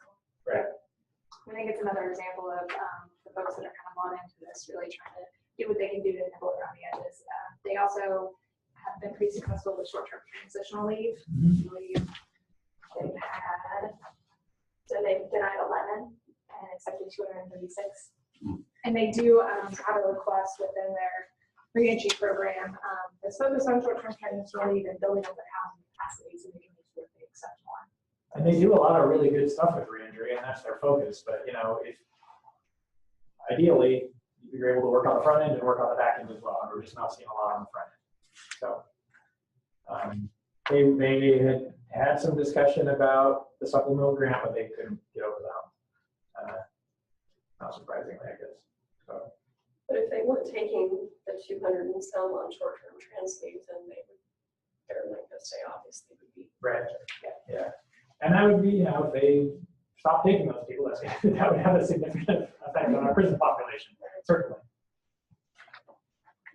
And they don't, looking at their length of stay, they don't give, they're another kind of county where they don't give crazy long sentences.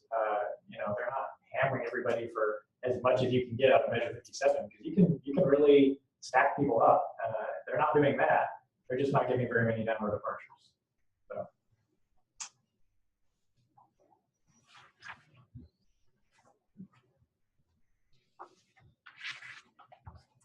All right, next is Polk County.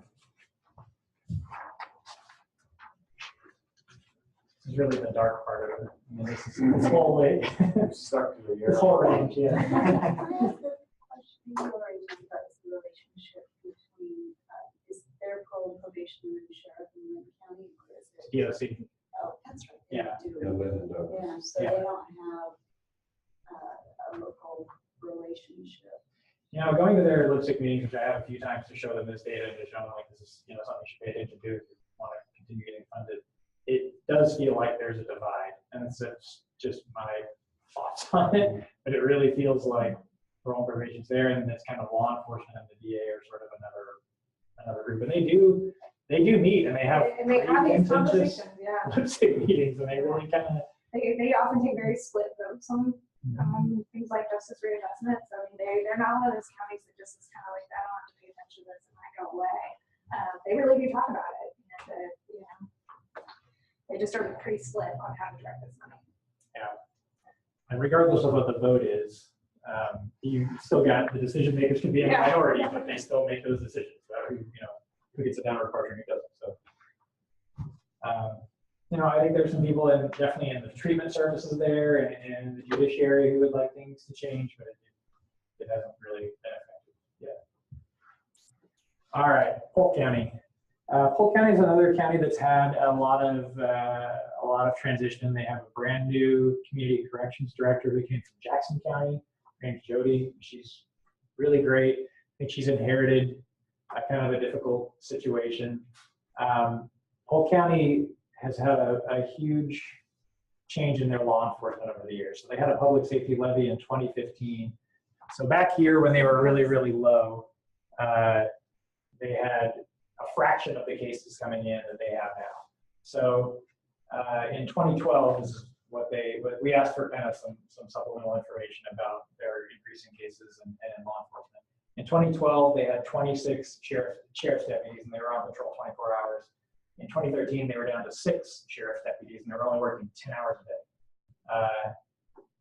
day. After the 2015 public safety levy, they've jumped back up to 22 sheriff's deputies, 24 hours a day. So, if this went back far enough, I think their cases would be more up here, and then they took this huge dip. They also had only 2 deputy DAs in this time, so they were kind of not processing a lot of cases. And now they're back up to 5 deputy DAs and a chief deputy, and they're elected. So they've had, of all the counties that have had kind of an increase in what's coming in from law enforcement, that is definitely their issue. Kind of one of the problems is that that's what we've been hearing from Polk County kind of since way back here. They're like, well, we have more cases, we have more cases, we have more cases. And we've kind of pushed the question on them. It's like, well, what are you doing with those more cases? If every single one of those people goes to prison, that's not a good program. That's not a program that properly gets funded again. They have, like I said, a new community corrections director who's really great and is really focused on the data, and I think is making some changes internally in her shop about how they sanction people and when they ask for revocation. They also have a lipstick coordinator from the grant who's been really helpful. They had talked about asking for some things in the supplemental grant, possibly a deputy DA, but they didn't quite get over the line. So they kind of feel like they're sort of in transition. I know they have one judge who's leaving, and then that judge, there's going to be an election for that new judge. Some of their judges are not interested in assessment information. Some of them are. Some of them are kind of, throw the book at them and revoke people as quick as you can. So there's kind of a lot going on there. So is it, for Polk County, is it more of an issue on the judicial side versus Aaron and the DA? Yeah, I think it's kind of a mix. They revoke a lot of people, and I don't think there's an organized strategy that everybody's working around. I think it's just kind of what happens. And so I don't think I think they're one of these counties that doesn't have fantastic relationships with each other, and they haven't really been able to dig in and do the work. Also, in this time here, they were processing old back cases. So they have had way more cases coming in the door, and that's a real thing. So they would have, even if they had a really good program, they would have come up, I think, significantly. Even if they would have given a ton of downward departures, I don't think they would have come up this high, but they would have come up. So I think they just kind of have not yet dug in. There's been some really good signs there. I think their new community corrections director and their lipstick coordinator are kind of getting people together and trying to get the judges to be like, look, this is what you make this decision, and you do it enough times. This is what we get. We get this, and this puts our funding in jeopardy. And so I think that there's, they're getting better. It's just starting very late, and part of that has been with their public safety levy and the issues around that. And then I think just people kind of working together and digging in and doing the work. They have been, back when they didn't have much law enforcement, they were way, way, way below the statewide average. And now as they've, had more law enforcement and more deputy DAs, they've come up closer to that, and they're still below. But, they kind of one of the counties and some of the timber counties are like this too. There's a lot going on. And so in the midst of something that can be kind of chaotic, to be able to sort of, organize yourself and be like, all right, we've got all this stuff flooding in, but we need to kind of not just triage things, but actually make conscious decisions. So it's a hard thing to do. We haven't really had a mechanism. We use our lipstick as a mechanism to have those discussions in the past. And, I think there are positive signs there. Absolutely.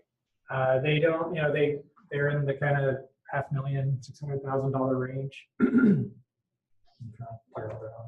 So you have 150,000 of unspent funding that will go to continuing some of the programs that got started late in the last biennium, similar story what you've heard before.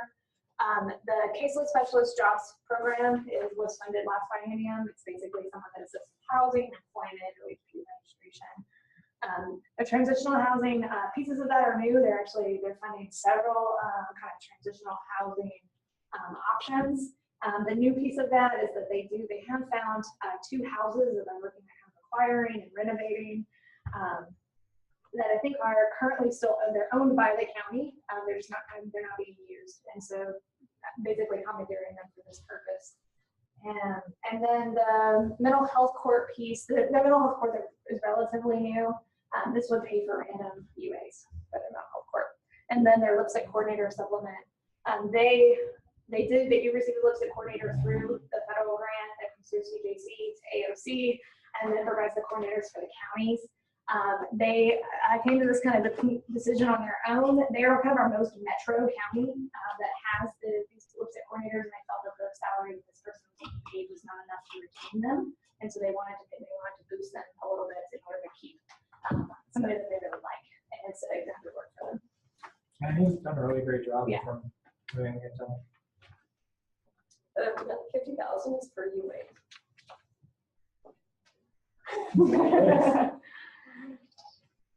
Do you know how many people are in the mental health court? Don't. What county? Polk. Last time we in Polk had about 20 people in that mental health court, but that's not a totally recent number. That was maybe March. But we don't fund the mental health, so we don't have that information.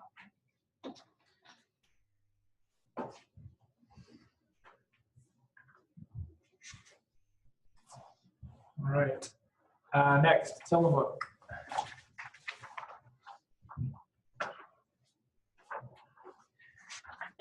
So obviously they've had a pretty steady increase. I mean, these aren't huge numbers, but the trend is definitely heading up in the last year and a half or so. They have a really high revocation rate as well. That I think comes from a lot of kind of the zero tolerance probations. They put people on probation, they get revoked for any violation or for fairly minor violations. They do the kind of double down thing. So if you do get put on probation, you agree to a higher sentence. I think it has a general practice every time. And so when you're revoking lots of people, that obviously is going to kind of make you take an even bigger bite. And I think, from what we've heard from them, their parole and probation office and their district attorney's office do talk to each other. They do communicate over these things, but it hasn't yielded better results as far as reducing their prison use. They've continued to go up. And I think they used to be, decent amount below the statewide average, but they've come up. Well, what's happened since July of 2014? Because it's been straight up. We didn't get Yeah, so we asked them. yeah. 3 people. Yeah. A lot of it's revocations, Yeah. and then They wrote, and we asked for additional information, and one of the things that they said was that they're dealing against the $0 probation. So they see a lot of revocations that way. and doesn't sound interested in moving away from that. So you'll see with some of their funding priorities, they are trying to create alternative sanction options to hopefully kind of build some trust there and give some other options, but they really have not been very successful with that just to have it impact their numbers. And they're again, fairly small county, so some of that bump is, probably a little bit of randomness, but we also know the revocation rate has been really high in there. So I don't imagine they would just keep going up forever, but with high revocations and kind of longer sentences on those revocations, it's not going to get better if you don't change anything. You get about $300,000. Besides zero tolerance revocations or probations, are they utilizing any other tools such as requiring people to waive appeals or anything like that? I'm just trying to get a capture to see. I think they're making them agree from what I've heard and what we can tell from the data, I'm sitting there making them agree to longer sentences when they get revoked, but that's about it. We wouldn't know. We're not looking at the plea agreements, so we wouldn't know if they're asking them to, other than what we can see from their average length of stay on revocations, which is high. To appeal, but Yeah. Yeah, there's some things I think on the list of side that we're going to potentially look at. It just seems to me that we're seeing requirements that are just not, I don't know, on any basis for why you would require someone just take a longer sentence than what they would get just because they can get out right now. It seems like you are really setting them up. And that has a direct impact on our population.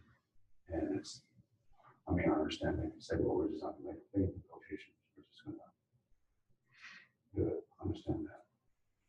So.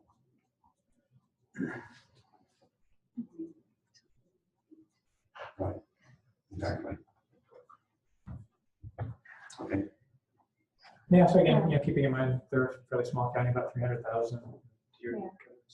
Well, and what their funding is very similar to what they requested last time. It's very community corrections focused, and just kind of doing supervision services, and then subsidy programs, treatment, and alternative sanctions. Yeah, it doesn't really seem to be, the reason we pushed back to them for more information is it didn't really seem like our application was directly addressing this rise. And that's what we asked people to do, is to look at the data, see if what you're doing is working. If not, what are you going to do different? And it didn't really seem to address that. All right, so we're completed this, right? So I'm going to suggest we take a little break, let's get some fresh air. We're going to finish today. I don't see why we wouldn't, unless people think we're going to get hung up. We got 4 more, and we just need to have some discussions. I would like to just an opportunity to think. I've got some suggestions, but I want to really talk to staff before we finish up, so we can just kind of go into discussions right after the next group and lay out some potential paths of what we might want to consider. And I think that the remaining 4 are all ones that are discussion counties that have a supplemental ask, and they're a fair amount different than Exactly. these. So it'll be good context, because they're really addressing what their issues are a lot more correctly. Yeah. So it's what, 25 after 10 minutes or 15? 10? Yeah. Okay. Yeah. Oh, yeah. Let's get 10. Yeah, that'd be great. Yeah.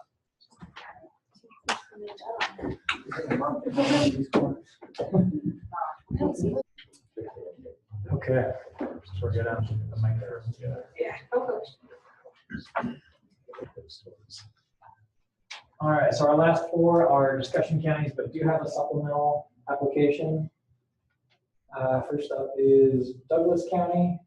So Douglas County on the cumulative, they are kind of 3rd from this end of the spectrum in the red. Their short-term trans leave. See, they've accepted 121 and denied 32 people. So they have made, I think, a ton of progress lately, and that kind of started when we went out and started talking to them and kind of showing them how they looked numbers-wise. So they have a lipstick coordinator that they share with Josephine County, Melissa, who's fantastic, and worked a lot on the Justice Reinvestment application, and has really kind of got people together. When we went out to talk to them, every one of their judges was there. Yeah. Kind of the whole, everybody you could hope was there was actually there. And they have a county commissioner who's got really involved in this. Voice. They had a lipstick a couple years ago that just really never met. It wasn't very active at all. When Commissioner Boyce came on, he really kind of took the bull by the horns and started convening the lipstick again. And then with the addition of a coordinator, they've really been able to do amazing work. And not just Justice Reinvestment. I mean, they're looking at housing, they're looking at mental health. They have, they're just kind of having like almost like it's really in the weeds conversations too about how just how the different partners kind of what you do over here impacts over here. It reminds me a lot of when you go into some of the smaller community, the Multnomah County. So they're ones that kind of started where they would stamp a community corrections plan every once in a while, and they've really, they're very impressive as far as collaboration in that county right now. Yeah, so if you take it back to the idea of like having the talk, they've been having this talk for the last 6 months, and a lot of really good things have come out of it. Their numbers have still been going up. They had that dip, and they're a pretty good sized county. They were kind of sitting on the statewide average, and now they're above that. And as far as what they want to fund, so it is a big chunk of money. It's 1.6 million. And this is kind of we'll talk about this more in the supplemental grant thing on the next slide, but this is kind of the low hanging fruit. Like if that supplemental money is going to grab counties that need to jumpstart, this is prime stuff. Yeah, so their 63,000 in unspent funds is primarily finishing out paying their victim services providers. And then as far as what they're asking for this time around, very similar to last biennium, they have a residential substance abuse treatment program, and so they want to use Justice Reinvestment money to kind of basically support parts of that aren't supported from other funding sources, including a federal RSAT grant. And so their RSAT program, that's the treatment in jail, and then they're using their drug court as kind of aftercare for when folks are released. So they've really been working lately to kind of connect those two programs up so it's a continuum of support for folks. They have seen really low numbers in their RSAT program lately. And they talked about in their application and then some of the other information that we've gotten, that's become a big focus for them is to get those numbers up. And since they've started kind of talking to people more about it and getting more information out, they have started to see an increase in that. Again, that's another one of the projects that their lipstick is really taking on. They have like a little subcommittee for it, and they have a tiny room, and so many people show up, they have to go to a bigger room. So that's really good stuff for them. They're also asking for a specialty court prosecutor who will, and Ross mentioned this, revocations are a pretty big deal. They're a big driver. Yeah, they were really in that county. The zero tolerance for all that kind of normal stuff. But Yeah, lots of lots of people government partners. lots of people getting revoked. Yeah. So they called out specifically that their specialty court prosecutor is going to keep a close eye on revocations and really trying to get focus of not revoking people, and then there's some administrative costs. So question, knowing that they're one of two that rely on the state for their probation, it seems like there's actually collaboration. Absolutely. Yeah, Joe, their community corrections director, has been a big driver of this. And he kind of goes and talks to each of the judges and talks to the DA, and he's been doing a lot of really good stuff on this. Yeah, a lot of data stuff. I think he's been a great help, and they listen to him. So I don't, going to their meetings, you don't feel that kind of divide between you're the state, we're the county, that you do kind of the county.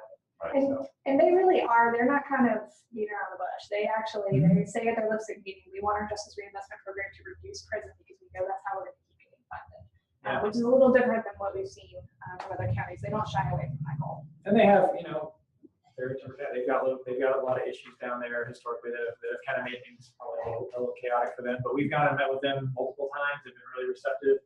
Maybe we're going to come up here and meet with us just to kind of keep talking about this stuff. So there's been a lot of really good collaboration. And one good thing for the specialty court prosecutor is that will work on the existing probation. So it's not just going to be new probations that start going forward. Because if you have all these old probations that have kind of the old, zero tolerance conditions, you can still keep going up and up and up for a long time in the next few years. But they're going to work on existing probations and kind of modifying those terms when necessary so that they can kind of stop the bleeding. Yeah, and they do have some jail issues, and so they do matrix folks out. And so this release officer started pretty late into last biennium, but has been helpful in kind of trying to fill it out, trying to get space open in the jail so that they can do sanctions. Yeah. And so for the supplemental grant, they're asking for an additional DA that will, the other deputy district attorney would focus on, and I think it's half of one. I think the other one's actually half. It's only 108,000. Yeah. So that's half of deputy DA, and then this would be a full one for the next biennium who would look for new downward departure cases. The other one's kind of existing downward departures in their treatment court and trying to kind of shore that up. And then this would look for new downward departures and kind of track those and try to help shepherd them into what program they would best fit into. And that's really about all they're asking for. When we look at the last slide, I just wanted numbers to add up. Okay, never mind, I misread it. And they've had several lipstick meetings about the supplemental application. They have really strong support from the judges and from the district attorney's office. You may note in their application that they did say no to the structured sanction question. Josephine did as well. We had the same person did both of those applications. They were the coordinator. And so we went back and asked about that. And the reason that they said no was because you got a box to kind of explain yourself. If you click no, and if you click yes, you just click yes.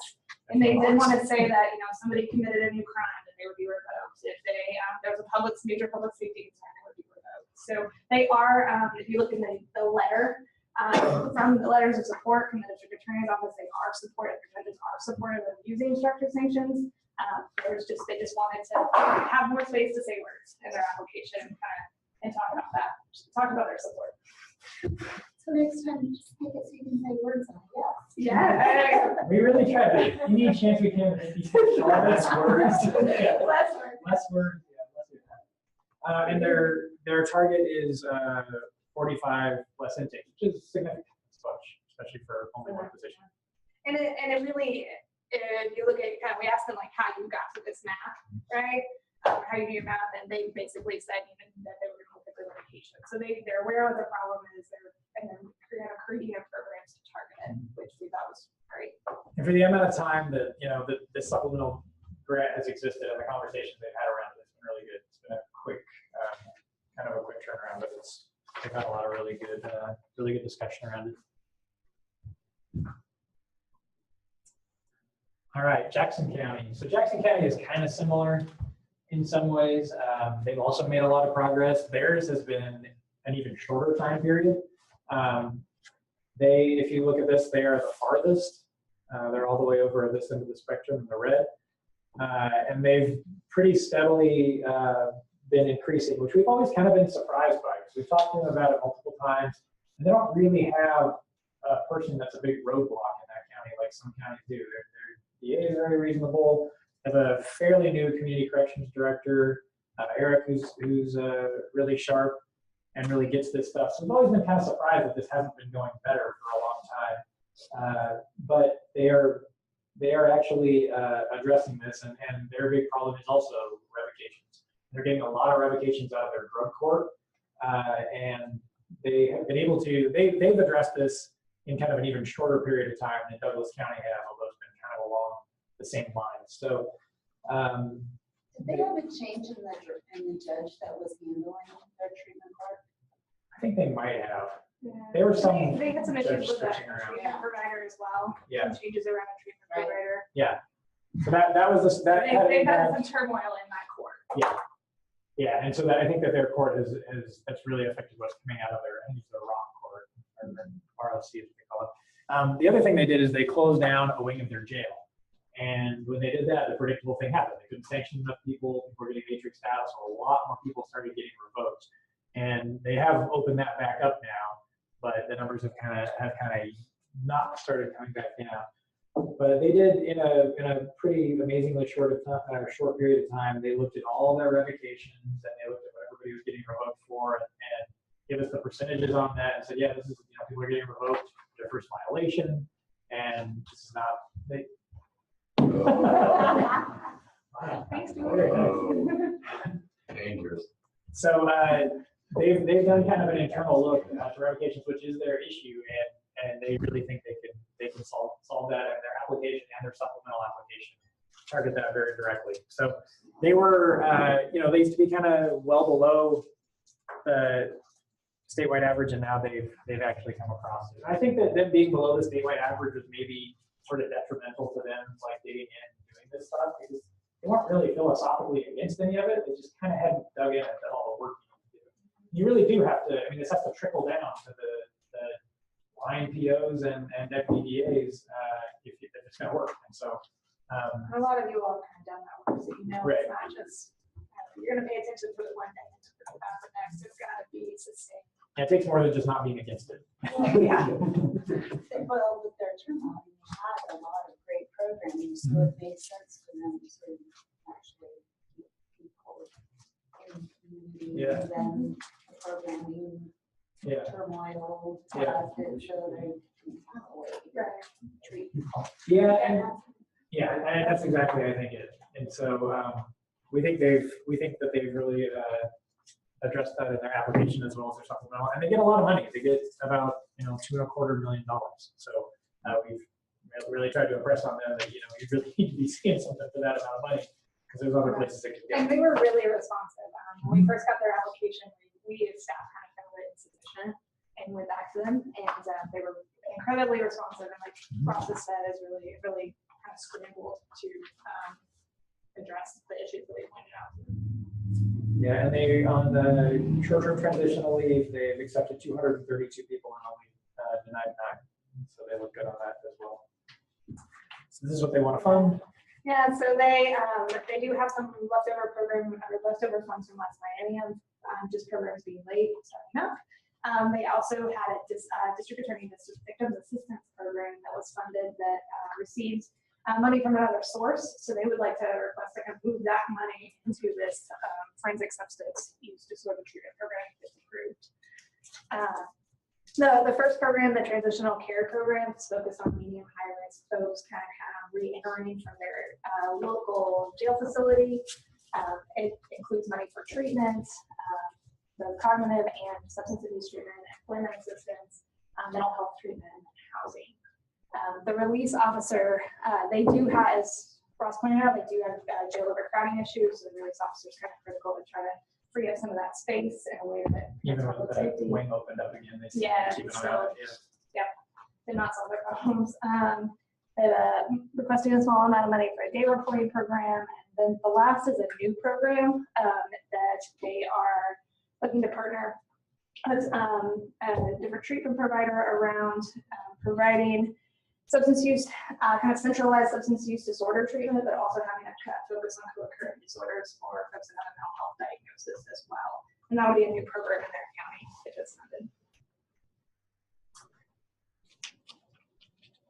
And then the supplemental, so they're asking for a deputy DA, similar to the other ones you've heard about, most of a PO, and part of a drug and alcohol treatment specialist, some admin money, and they have a really high target number on how many fewer intakes I think they can do. And based on, this is actually based on real numbers. They really showed us their math, and we don't think that they're just kind of making it up. It's ambitious, but I think that if they do what they think, they can realistically get there or close. Their goal is to kind of get to the green or get as close to the green as possible. And they have a ways to go because they are so high, but yeah, but I think they've really identified what the issues are and are committed to working on it. They also have talked about reducing their length of stay a little bit, and in some of their drug courts, they've been revoking people after, people that served a couple of months pre-trial before their case was resolved and then have been sanctioned repeatedly. So by the time they actually get revoked, if they do and go to prison, they have like 3 months left for these very short sentences, which is just really a waste of the Department of Corrections time. And so they committed that that's something when they looked at their internal numbers that they were like, we don't need to do that. We could just have them serve local time and not send them to the Department of Corrections. So it's kind of interesting. Nobody else has really looked at things that way. As long as that's not really jamming up their jail, I guess it would be kind of an innovative thing to do. one of the policy changes that they wrote in the additional information they sent us is that they're going to have their POs kind of tally up the amount of time that somebody would spend if they were revoked. Yeah, and I think that, and the other thing they want to do to look at revocations is you have to, POs now are going to have to get approval before they ask for revocation on any offender, so they can have kind of a more uniform approach instead of a scattershot approach where they're not quite sure what's happening. So like Douglas, I mean, we think this is one that has kind of isolated, this is what the problem is, and are actually kind of tailoring the program to address it. Yeah, they also are one of the counties that's doing work release. They just started up recently. They have some folks from, I think, Klamath and Josephine County as well. And they're mostly, it's mostly female offenders. So that's a big help with kind of the capacity to use the Coffee Creek. So it took a while to get going, but they did a lot of work on that with DLC to make it happen. It's a big help to us because it gets our folks to us closer so that we can actually go and do in-person reach in as opposed to telephone. Yeah. All right, next is Lincoln County. So smaller numbers, obviously, than the last couple we've looked at. Lincoln County was up for the most of the last biennium. They were above their baseline. They've kind of gone up and down a little bit. Their program and you'll see this in their unspent funds, but it started really, really, really late. So they kind of are putting all their eggs in one basket program wise, and that program started very late and just, so far hasn't really had much of an impact. It started to now, but it's taken quite a while to get there. They were purchasing a house, and they made the purchase, and there were residents in the house, and so they had trouble getting people to kind of to relocate other individuals, and they actually had a suicide in the house. So you can imagine it's really got kind of slowed down for a while. Yeah. But they have started it. They started it in March of this past year. So. And that, and we'll, you can talk more about this when we talk about what they're funding, but they're going to be putting a lot of downward departures into the program that they are funding. So they kind of were sitting right at the statewide average, and now they've gone above for most of the last biennium. And then what they're funding is. Yeah, so you can see their unspent funds. Those are supposed to be commas and not periods. They actually, with those unspent funds, they are purchasing the first house they purchased was a male facility, and they're purchasing a female house with that money. So they'll be doing this TAPS program for both the male and female population. The program's focused on downward departures, short-term transitional leave folks, and then others that kind of reiterate. It's in the supported housing model, so they have access to services. There's more intensive supervision, and the program's going to run through their community corrections. And it will be, when we get to their supplemental, it's kind of a complement to that. So folks that are kind of funneled through the supplemental program, funneled to supervision, they'll be accessing task resources, both male and female. And they're another county that I don't think has had great collaboration historically, but is making some progress lately with their lipstick and just kind of people, the DA's office knowing what community corrections is doing and the judges knowing, and just what's the point of it all, and everybody kind of being on the same page. So that seems to have been, it seems to be getting better. And they want to pay for a deputy DA and a probation officer for additional downward departures into their TAPS program mostly. And their target for fewer intakes is 62. So they put a pretty big number on it. And it looks realistic. I think if they get everything working the way they say, well, that they could get there.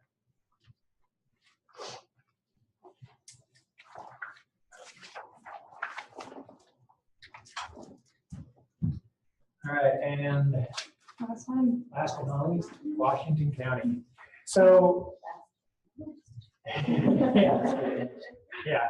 So Washington County is another kind of county that has continued to just sort of plow straight ahead. They're a little flatter than even say like, I think maybe Clackamas. They haven't really spiked up, but they're a really big county, so you can see trends, and the trend has just continued to go where it was going to go. They get a lot of money. So we've had repeated discussions with them. Their problem is hasn't been so much in the district attorney's offices as on their bench. And keep referring to having the talk. They built their IRIS program, which is what they fund through Justice Reinvestment, what they funded last biennium, and what they're funding again. But when they put that program together, they never sat down and had kind of a hard discussions around who actually gets to go in this program. And so they built this program, people were getting into it, and then they were getting revoked out, often because the judge was like, well, I don't think this person's appropriate for this program.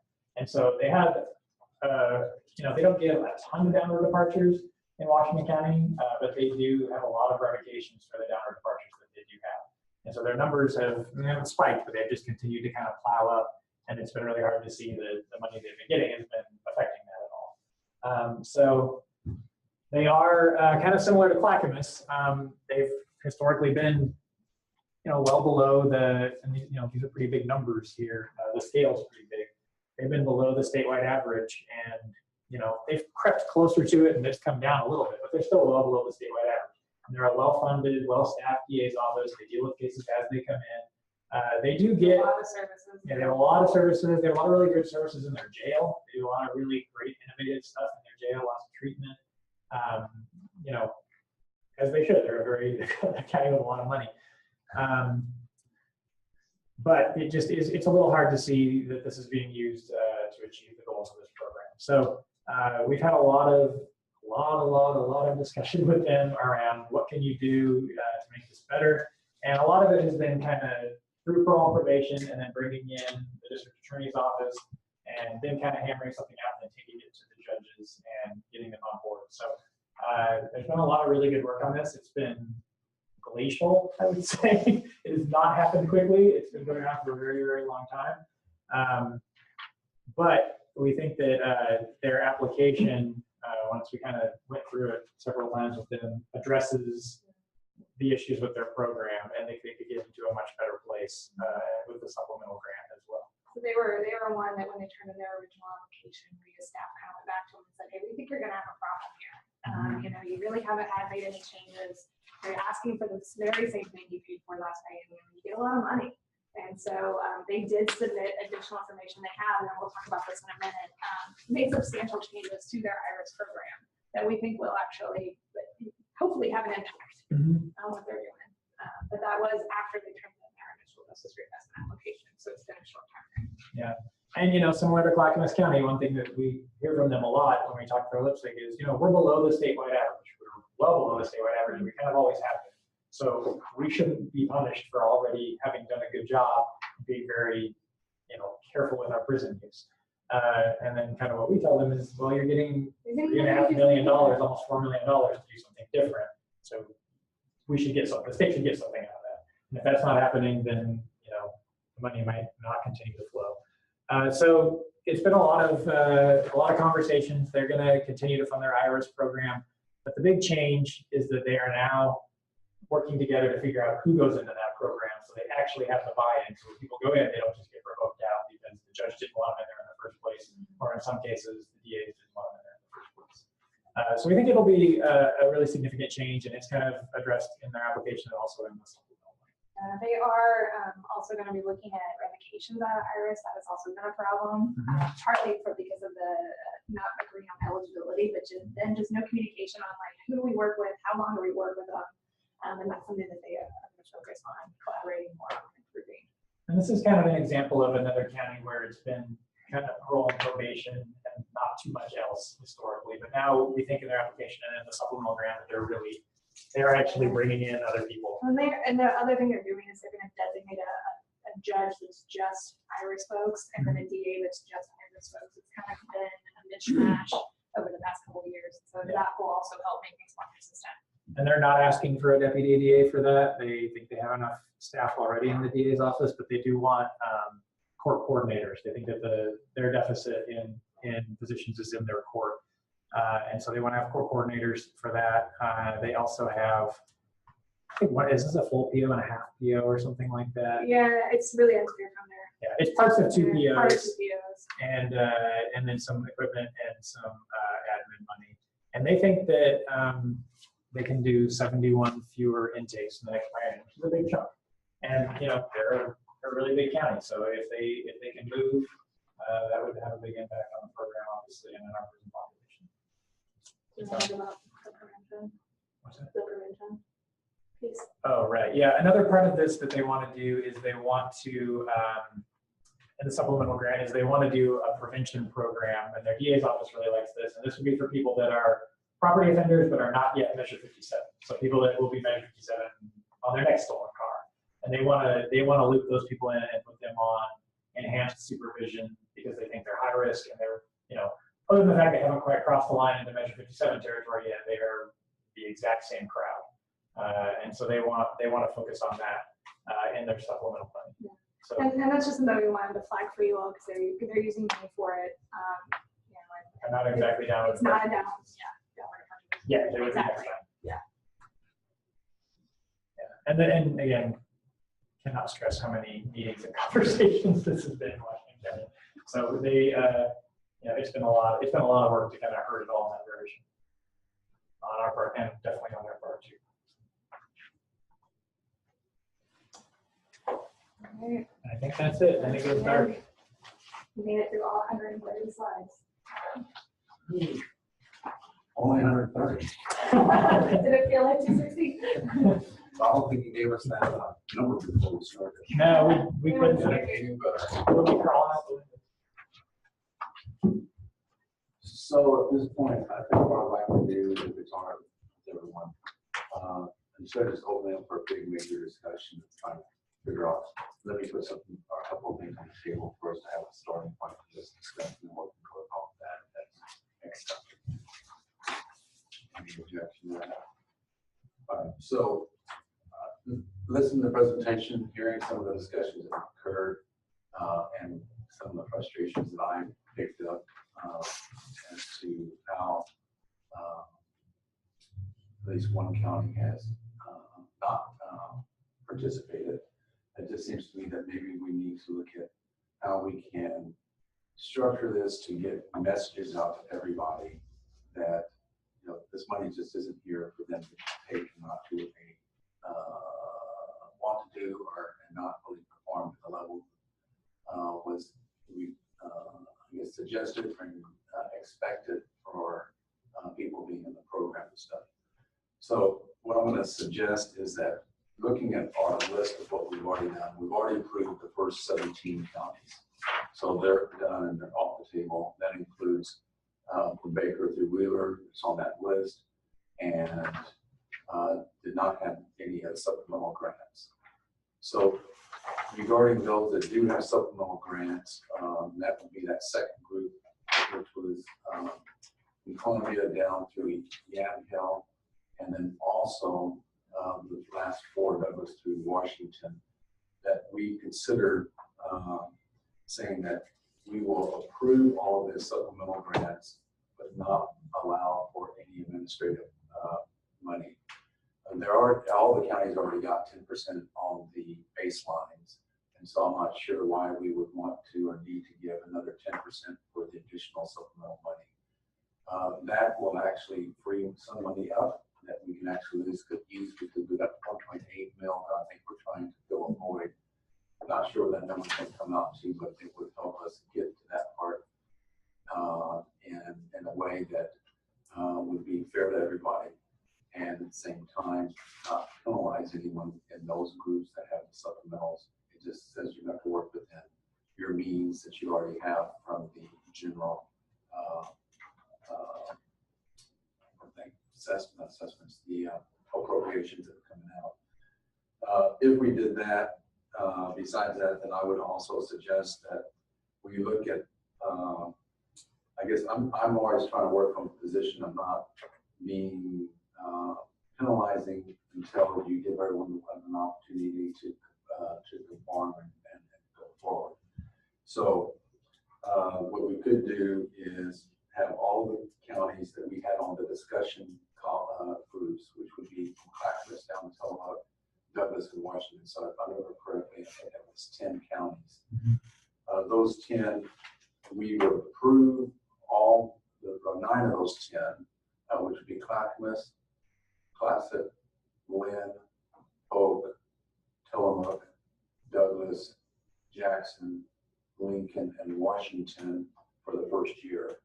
What we would also do is direct them through getting that grant that they needed to come back and show whatever improvements, and this is going to be limited.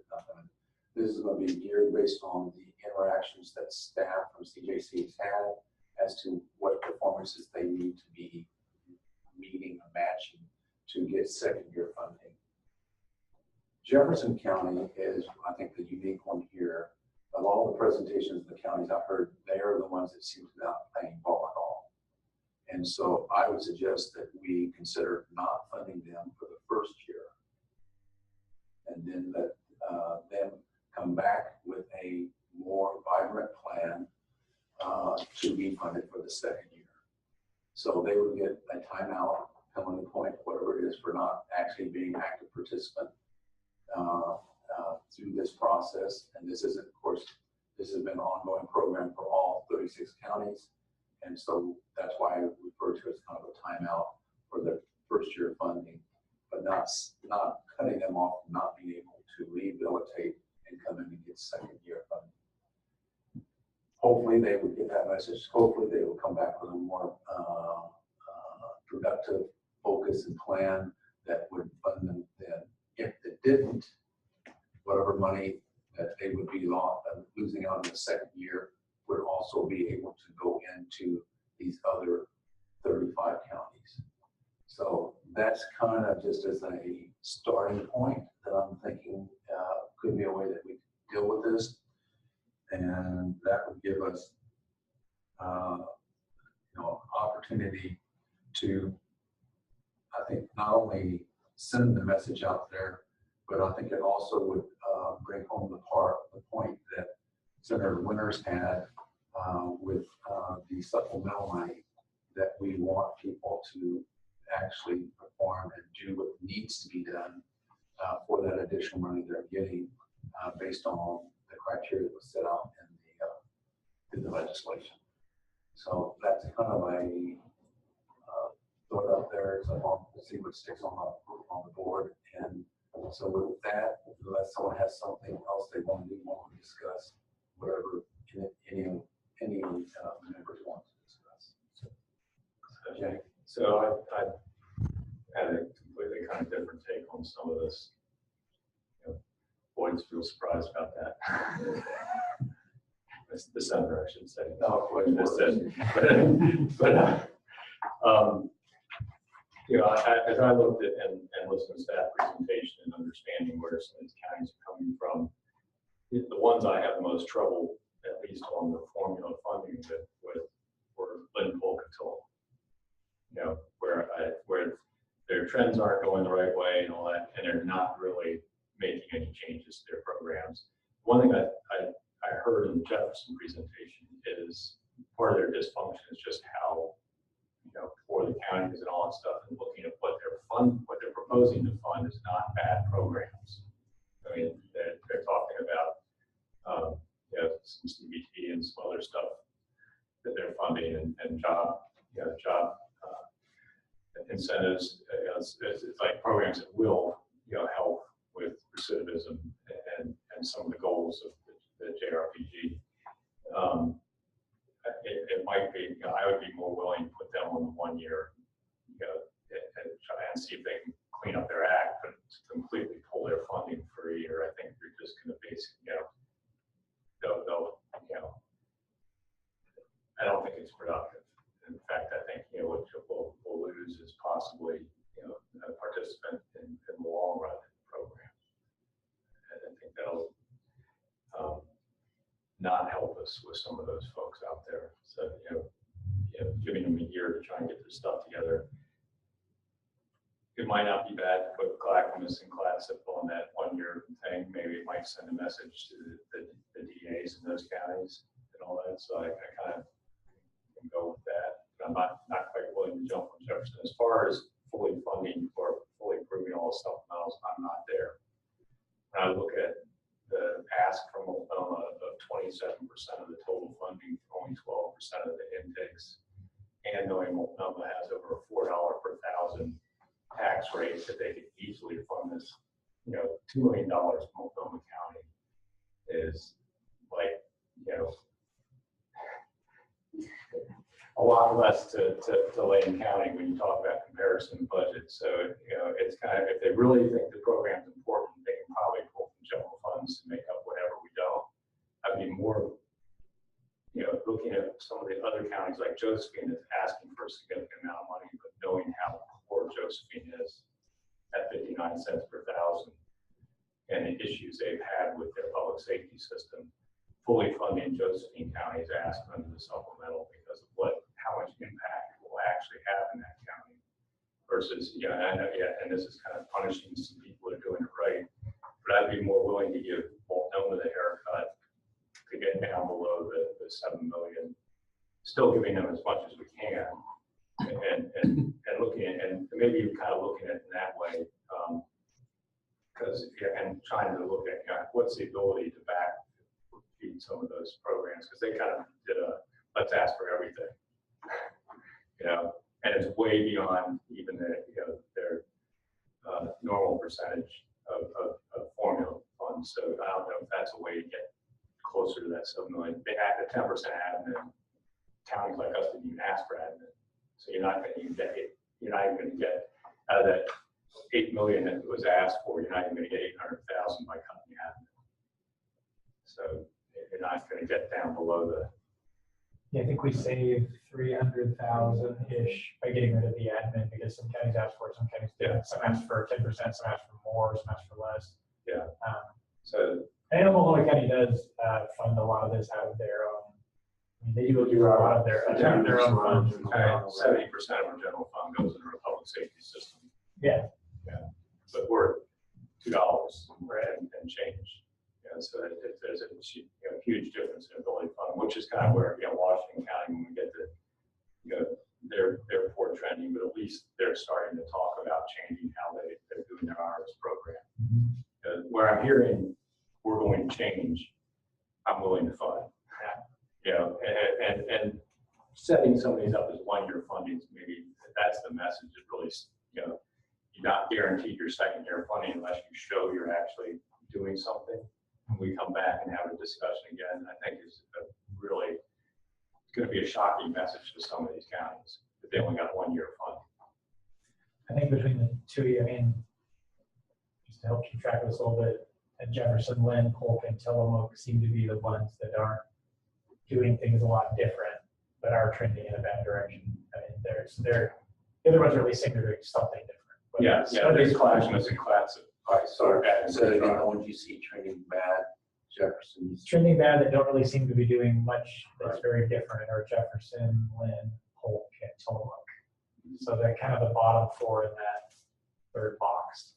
So, and just a comment on the senator's suggestion on Jefferson as far as polling funding the first year, and you guys can answer this hopefully. The programs they have attempted, if we pull that funding, because several times you talked about just throughout all the presentations that it took time to get up and going. And so if we pull it for a year from someone, the odds that they actually would go through the time to get up and going the second time, do we kind of pretty much just wipe them out by doing that, as opposed to, so is there really hope that they would come back? I think that's possible that they would not. They would not. I mean, I think it's possible that they would end some of the programming that they're currently funding. They kind of last biennium going to this one. They're in a kind of a unique situation. Polk County is building a jail right now, and they're running a lot of beds from Jefferson, and so they're eventually they're looking at not having that funding for the jail through the Cook County rentals coming up. So they're already kind of moving some things around to really relationship with their jail. So, and some of this money goes toward having, paying for sanctioned beds and paying for treatment in the facility. So that could be something that happens if they didn't receive funding for a year. Would it be an option to all of the ones that all of the counties you have under the discussion list for their percentage funding to do that in a provisional fashion? So they're funded for 1 year, but they're on, I guess, essentially probation. If we don't see an improvement within that year in how they're doing, then they're at risk of losing the second biennium's funding. Second year. Yeah. How would that work with the supplemental grant route though? So I wouldn't talk about, I was just talking about the ones that are discussion for you've got 1, 2, 3, 4, 5, 6, 7, 8, 9, 10. Right. 10 counties who are on the discussion list for their basic funding. And then you have 4 of them that put in for supplemental funding. Right. So I would say to that group of 10, an option would be to put them all on provisional funding, giving them 1 year's notice that you have to turn things around, make improvements in the outcomes that we're seeing. And then if you don't, then the funding would go away in the second year. So And that's the base funding. Right. And then my question on that was, so with that last 4 though, it's a little bit of a mixed message saying, we're excited that you're trying something new, so we'll give you more funding, but if you don't step it up, we're going to take away funding. And I guess my thoughts on that, bifurcating the 2 funding streams, is that I'm not sure that we should fund out of the supplemental people that aren't doing what we would expect them to do with the base funding. So in a year, maybe to hold that supplemental funding, and in a year, if they're improving, then fund the second half of their supplemental request. Except that, like you guys had said, for Douglas, you really felt like for them to get a bit of a jump start or kickstart, that supplemental funding might really be what pushes them over the line to get moving. Yeah, I mean, I think it did, they're kind of a jumpstart county, I think, both Jackson, was certainly, I mean, all four of those really, I think are, you know, just to add one more thing into the mix to make this even more complicated and to relay what we've heard from the counties. I've heard multiple people, and often it's in parole and probation, who say, or in sheriff's departments that say, you know, if we get provisional, that I might consider that we're closing up shop because I don't have control over what happens here. I'm not the judge, I'm not the DA. I can't control this, and the last thing I want is to have to lay people off. So I'm not going to continue to hire and to try to build up a program that I don't have control over whether or not it's successful, and it might shut down. And I think that comes from them having laid off before or being laid off themselves. And so I know that's a sensitive thing. And a lot of this, you know, as you try to figure out what to do, it's kind of personalities. You know, some people will react differently to getting provisional funding. Some people will take that as, you know, spur them on. Other people will react negatively. It's really, Isn't that what we want? yeah, that's exactly what we want. But I I think mean, there's at the end of the day, we want people to either buy into this philosophy and the outcomes we're hoping, or if they're not doing it, then you cut bait and do Right. something else. And the people that I've heard say that they would consider provisional funding as a time to wind things down kind of thing, I think are the people that are in the counties that have been working on this for a long time, that are the ones who decide who goes to prison. You know, more on the sheriff's department, parole probation office. But they're like, I don't want to, you know, we're asking for supplemental funds maybe, but I'm not going to continue to hire because I can't control this working. I'm not willing to hire 2 or 3 people and then have to leave them off. So, I mean, you know, that's, Yeah, I think even though take that that, for whatever it's worth. Yeah. and the reality is too, I mean, this money is legislatively appropriated every 2 years. It may not be appropriated in 2 years. Right. So they can be in this position. And I think that, you know, The counties do their budgets every year too. Mhm. So I mean, this is not, everything, yeah. I mean, so we understand, I think, in our state that everything depends on multiple factors at any given time. Mhm. And, you know, economics are going to be the driver. Mhm. In this case, you know, if our goal from a legislative perspective is that we believe we get better results through these type of programs that have end results that's beneficial to everyone.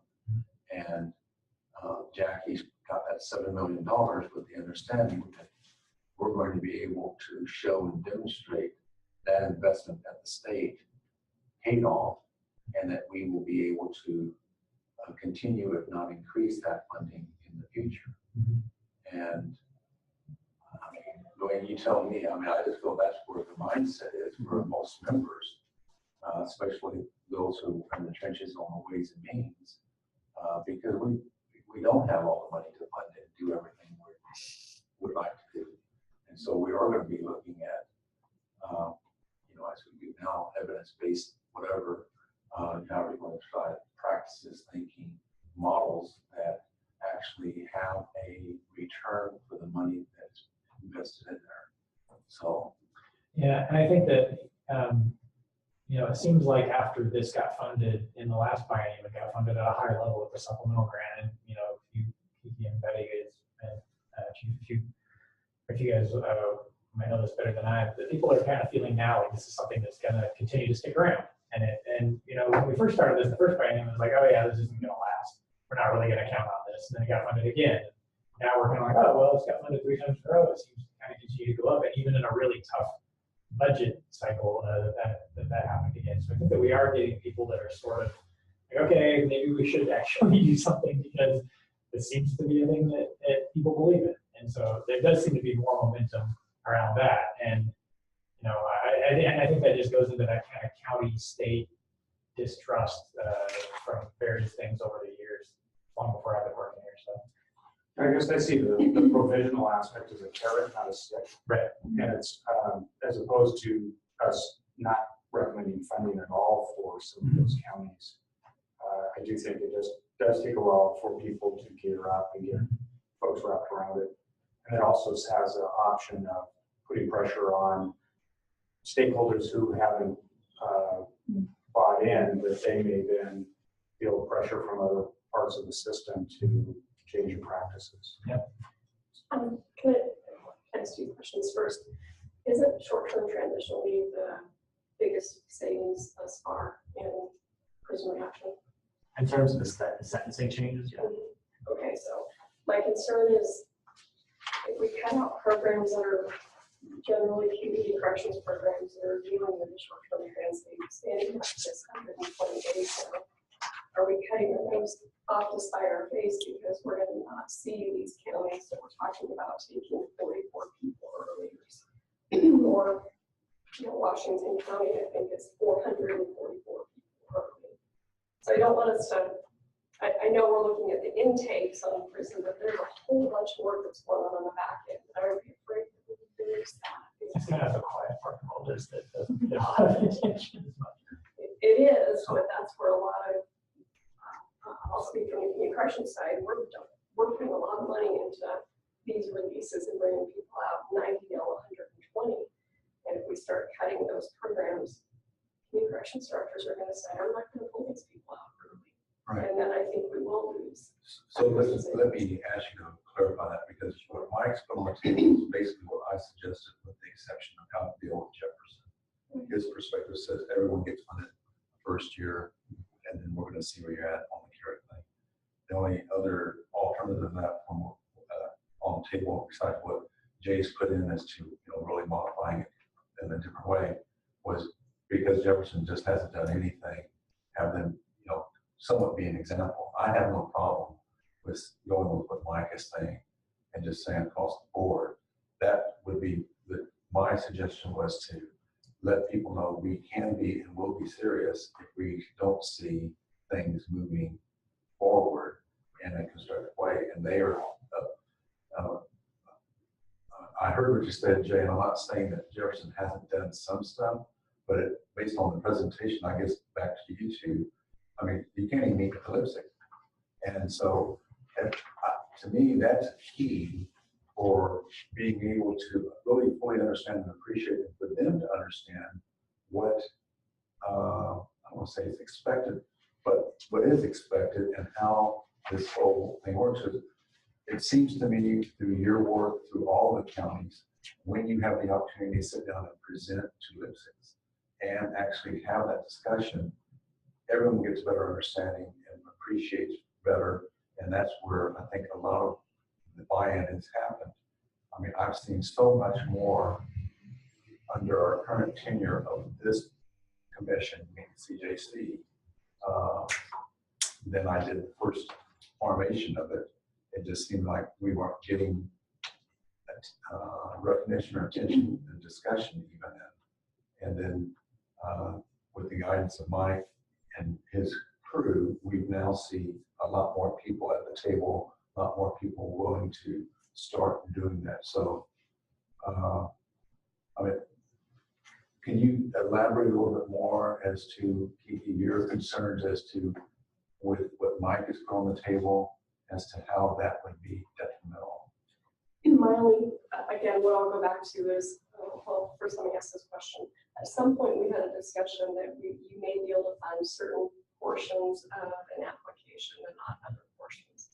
So if we get to a year and we see that it looks like they're still bringing people out on short-term translate, and they're doing a good job on that, but they may still have an increase in the prison intakes. Are we talking about just completely cutting out those programs, or can we look at it and say, it looks like these programs are working on bringing people out of custody early on short-term translate, let's continue to fund this, but maybe whatever they might be doing on the intake side may not get the funding because we're not seeing those results. At any point you can do that. Yeah, I'm gonna say my perspective on this is not to set any predetermination of what's going to happen after a year. I think it'd be premature for us to do that, and each county is going to be different. We do know that short trans seems to be getting the most immediate response and need for the population that we're trying to control. And Patty Oxley for Lane County, where the county was before you really got engaged and started moving, it was an issue, and it seems like a lot of things that you implemented have bettered the perspective of not having people being revoked on zero tolerance type of approaches, and we're seeing more used with the partners such as sponsors to be able to get better results. And that all started with people actually communicating and setting common goals and having a functioning website. Right. So Stuart, you've been absorbing, and if you wouldn't mind, maybe kind of give us your perspective of where you see things right now so we can kind of see what's on the table. Well, my feelings are very similar to the sheriff's in that, I think you give them the opportunity and put them on notice for the first year that you want to see results. I mean, behavior models, what it's all about. So either it's the offender population or the people responsible for that offender population that need to do things differently to meet the benchmarks or the intentions of the program. So I think you put them on notice, you fund them, and then you phase that out, or they make the choice to phase themselves out either way. I think that's the best approach. I'm curious about the coordinator positions around the state with these lipsticks. If there's an opportunity maybe to look at a lipstick that has a coordinator that can maybe spend some time in Jefferson County trying to bring that group together, kind of one last ditch effort to say we've done as much as we possibly can to be communicated with them and give them a strategy that works. And they do have a Yeah, so they coordinator. We actually, share they one have a with coordinator. and Polk that's- County. It just is, and it hasn't And been they are- going for an they- incredibly long amount of time. Right, it's, the coordinators came on in January of this year, and they have met. We just weren't able to line up to get in with them and have the conversations we wanted to have. And previously they weren't meeting. And so, I know it doesn't seem like a lot, but they have taken steps toward becoming more collaborative. They have some challenges. They have not engaged on this stuff previously, but they do, the addition of that employment program, that was a lipstick kind of a piece of this application, whereas I think it was pretty community corrections driven last time around. I do think that, this is, go to all the association meetings and spend a lot of time with the people in the county, so it's easy to empathize with them, especially the ones that are trying really hard, with, maybe somebody in their county who's not interested in doing this, but if you were to hypothetically give 4 counties provisional funding or the 10 or whatever it was, I think that will send a message, certainly. And they talk about this stuff a lot, especially this time of year when all the budgets are coming out. And so it definitely, it's definitely a warning shot that I think they'll hear. And, a lot of this is this kind of spectrum of where are you on this? Did you have your talk a couple years ago, like Melinda did, or are you just like almost having it now, like Jefferson hopefully is? They're a long ways behind, but. Well, then you've got, as we talked about, there are a couple of counties that you've got key stakeholders who are philosophically opposed to it. So it's not about having a conversation. Yeah. It's just that county with that stakeholder is not going to be successful. Yeah. And that's where giving them a year to leverage and have maybe more difficult conversations around that key stumbling block and meeting the expectations. And even within those, there's differences. Lynn County has that issue, and they're kind of doing the same thing. Clackamas and Classes have that issue, and they're trying to do something different. So they're really trying to innovate to the extent they can. And I think that goes to the point that you could then fund in year 2 specific programs that are that staff identifies as meeting some of the goals and not fund others that simply are not worthwhile. Yeah, it is a little tricky, and then we don't need to get into the weeds on this, I don't think yet, but some of these are services that people get if they're on short-term translate and if they're just on general probation. So it's like, how do you figure out how much goes to what? We could. We might be looking at 1 or 2 counties that deep dive into. Right, and so, if we're in a year, we will need to figure out what we can work on. So when I look this on the formula funding, again, there's a couple of proposals. I'd be fine with any of the 3 of these proposals. One is those last 10 that we just put them all on notice. Another option would be to either put only 4 or 6 of them on notice. In my mind, I look at those 10 as 3 different categories. You have Jefferson, Lynn, Polk, and Tillamook, who are kind of in the category of we're starting to try. And then you have Clackamas and Clatsop that are, okay, well, we have a plan. And then you have the bottom 4 that are not only do we have a plan, we have a vision. And so I would be fine with the provisional funding being for either the 4 that are just trying, or ones that are trying to have a plan, or all 10. But, I do think it sends a little bit of a mixed message if we give supplemental grant money. And I understand that, that separating them, but if we say, we're putting you on notice, but here's extra money. So, yeah. Plus, it's really difficult to start a program that's only going to be a 1-year program. If we're talking about supplemental grants for those 4, I kind of have a tendency to separate these into 3 different groups also. And what's interesting is I would not support 1-year funding for the bottom 4 that ask for the grants, because one, I know that the commissioners in those counties, Washington's somewhat being punished because they've always been below the state average in prison usage. When you start looking at trends, so I don't really want to punish somebody that they might be trending up slightly, but they're still below. So and they've also got a plan to change that. And particularly their supplemental is dealing with where they've got resistance. They're adding those 2 court people, to try and get the court buy-in and coordination with downward departure programs. That's, so they're actually attacking exactly where the problem is. Lincoln, Bill Hall's really committed to all this, and they're hiring a deputy DA with their supplemental, a 1-year hire. It's just, that's really difficult to do. So I would recommend, the funding of those 4 and their supplemental requests all seem to be fairly reasonable. And any of the supplementals that are for a single position, I'm up for fully funding. Ones that I think we want to start looking at are the ones that are funding multiple positions that are larger asks. Because if we cut on those guys, then we might as well not fund them at all. All right, so just for my clarity, your suggestion would be the bottom 4, Douglas, Jackson, Lincoln, portion be approved for their base and their supplemental. Yeah, for the full 2 years. Okay. Yeah. And that would be, I think that'll fix their problems. that's what we did with the first 17. Well, the first 17 we funded the base. I understand that, no supplemental, but that would take them that. So that would leave us with then dealing with the 6 plus whatever the 9. The base for this. 6 and 9 supplemental. Yeah. So, right. Yeah.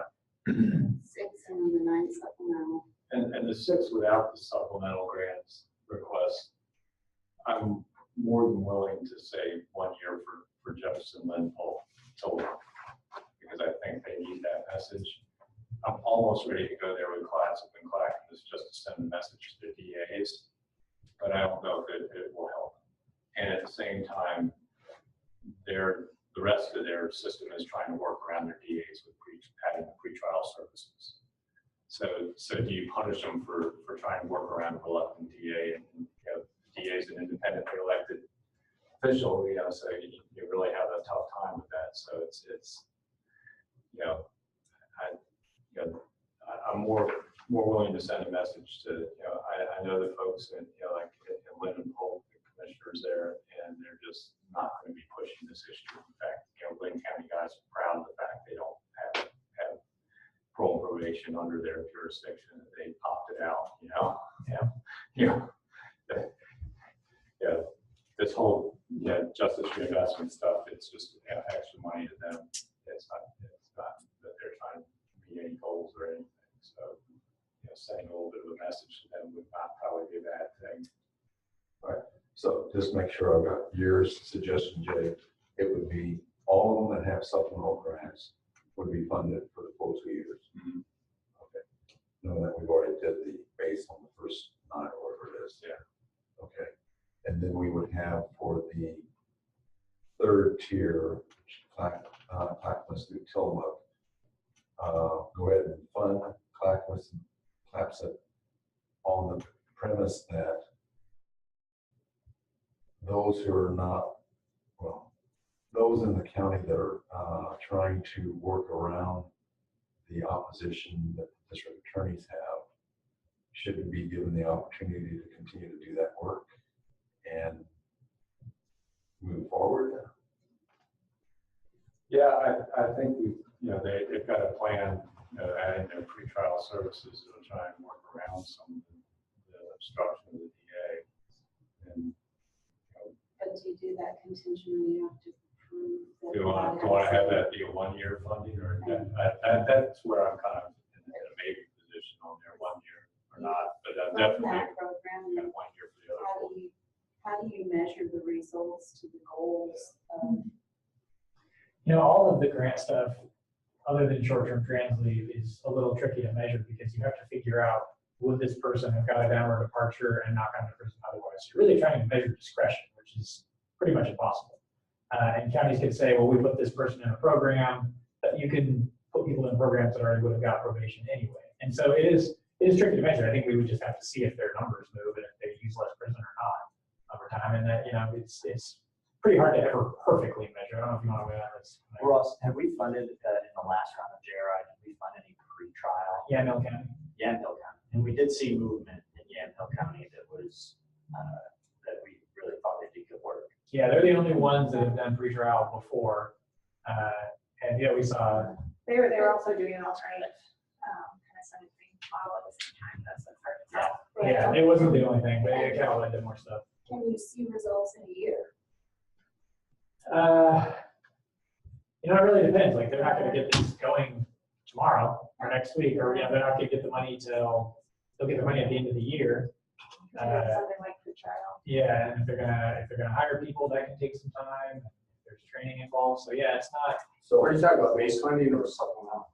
Because the base funding, the base funding, that's ongoing funding. I mean, Yeah, but for Clackamas and Classic, they're doing something different. So they're doing their Clackamas have their transitions in which they're going to keep and fund in other ways, and now they're going to do free trials to ostensibly be hiring different positions to do other stuff. So I think it does take time.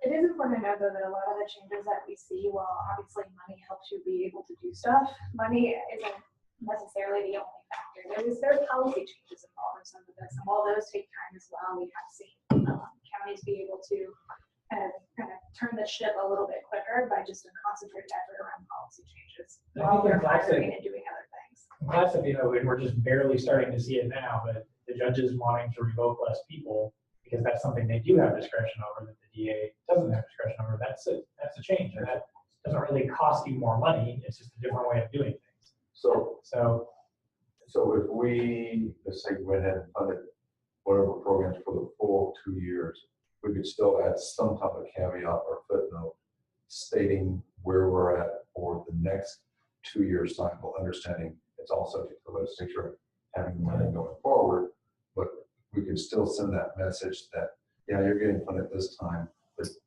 there's still going to be reviews on what we want to have done for the next cycle. I'm just trying to figure a way a message can be given without maybe setting up a process that may be counterproductive to what our end goals are. There's also, you make recommendations to our commission. Our commission does have the authority to come in after a year if they think things are really going off the rails and say, we're not going to give you your second year, even if you didn't get provisional funding. Well, that's their decision anyway, right? That is their decision anyway, but you could make a recommendation along those lines. And, given that it takes time to get things going and that.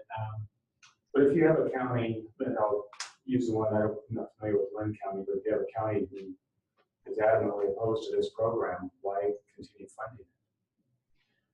Yeah, not everyone there is adamantly opposed to it. Certainly their treatment folks and their parole and probation folks are very much in favor of it, and they do a lot of reentry stuff, and they do a lot of good short-term transit stuff.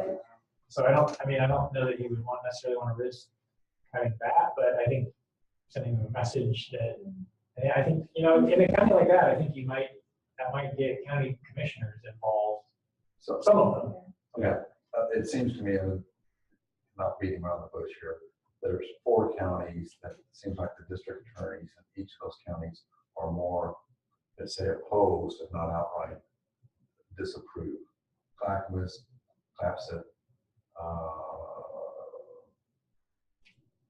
what's the other one I was looking at? Lynn and Washington But even when you look at Washington. I don't think Washington is, The only one. and they have more of an issue with their bench. Oh, it's the bench, Yeah. okay. So that's a little I different. was gonna say, it seemed to me Washington, when we went to the presentation, was still had positives in there. So. Yeah, and they've actually kind of got everybody on board with their new plan. So they're kind of in this And other the box. two program coordinators at the court as part of their cure. Yeah. So they're looking at curing where their problem is, so. Yeah.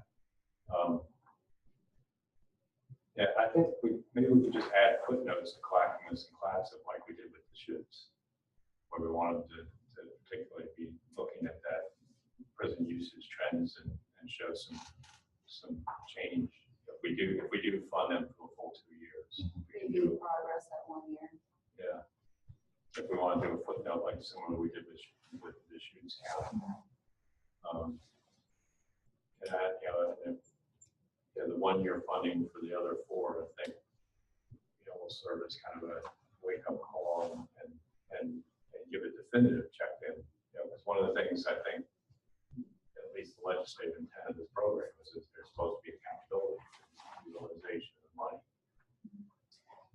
For both of those programs, they have things already in place that you could start to see movement faster. I mean, CLASA, we do think that their judges are handling revocations a little differently. So, and they have been trending downward. So if that's the case, they could continue to either flatline where they are, which isn't in red, or continue to go downward. And then Clackamas has their CSAT program. If they do reduce their revocations by 30%, and they could also see a little bit of a change as well.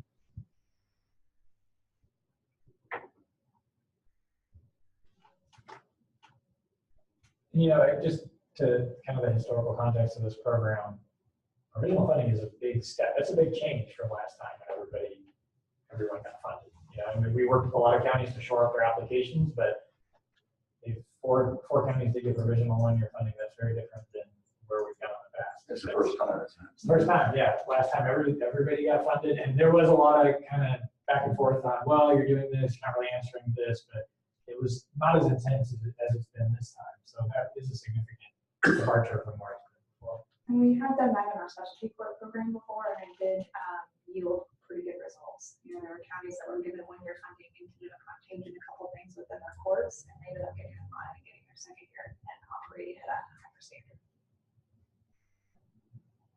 So we did that, and basically what we're saying for all 36, everyone would be getting full funding with the exception of the 4 that would be getting provisional.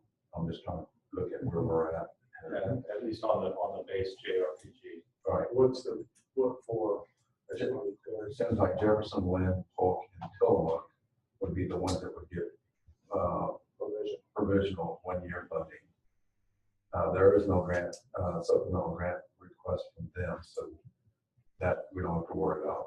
Everyone else would be fully funded with footnotes going to, or they have one of the sheets. Jay suggested, and I would support footnotes for not only Clackamas and Clapset, but going back to you two, who've been there, any others that you think that we and put them on the table so we can think about or make some statement and figure out where we're at. Because that shows, I guess, an approach that we would be taking as our recommendations. We're here to work with each and every county. We are basically going to fund 36 of the counties throughout this process to the fullest, with some understanding that there's still within that 36, at least 3, if not a couple more than that, that we want to give a little bit of direction or focus for what is expected, either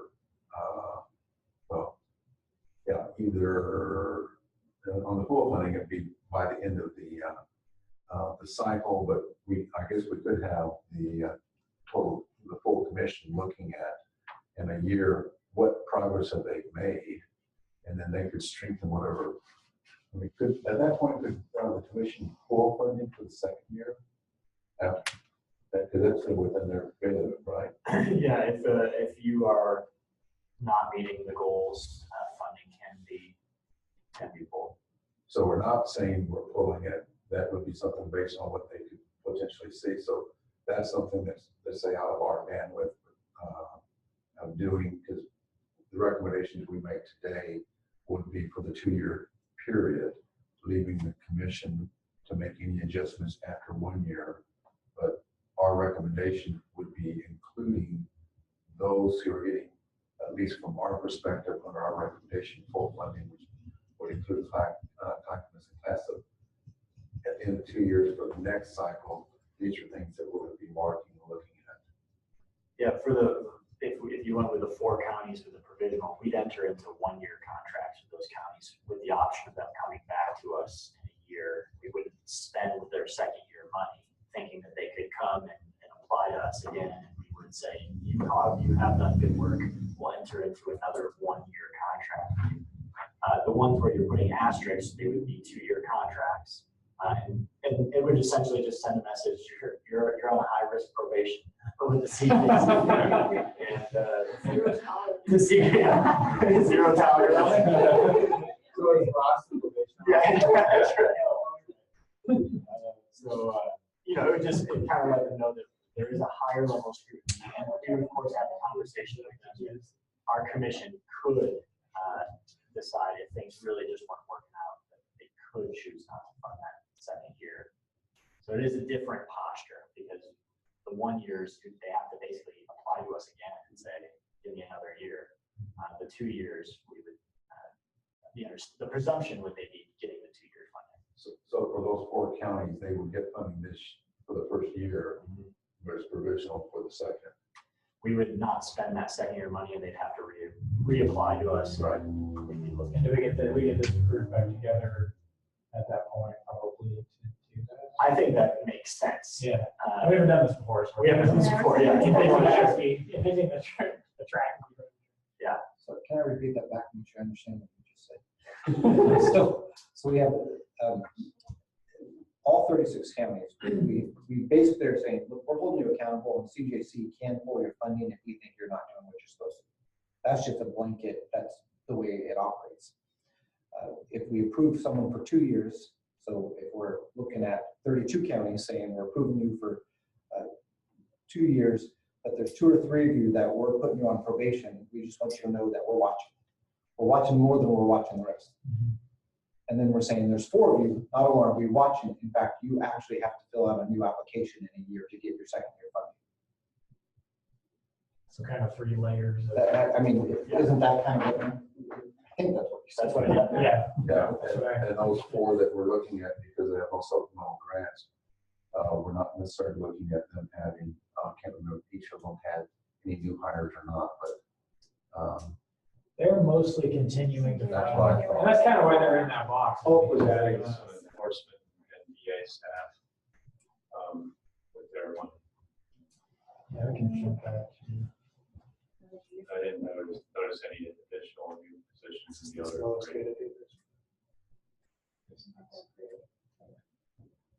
And that was Additional housing. part of how they ended up in the discussion when we were talking about them, is that they have gone up and they haven't really made any changes from what they asked for in the previous biennium. Even if those were good things to ask for, they're really not doing kind of, even with clap slip and clapping as the judge, so we're going to try something different. And they do, they feel very different than kind of these bottom 4, Douglas, Jackson, Lincoln, and Washington. They have been really responsive, even in the last few months through this process, that have said, okay, this is what we're going to do different.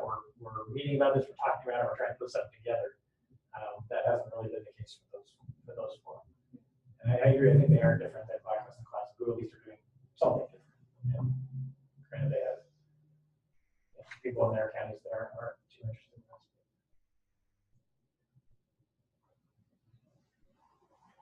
Are we at a point where we make a motion on well, the base funding on that? let me just ask before we take a motion. We've got to talk about, we kind of know where we may be going. Is there any other thoughts? Because I want to make certain everyone understands what's on the table and everyone's comfortable with moving forward this way, because I want to make certain we've heard from everyone. And so. Further discussion on the in the percentage that Jay had mentioned? No, that's on the supplemental. It's on the base on what we propose, what we've got on the table now.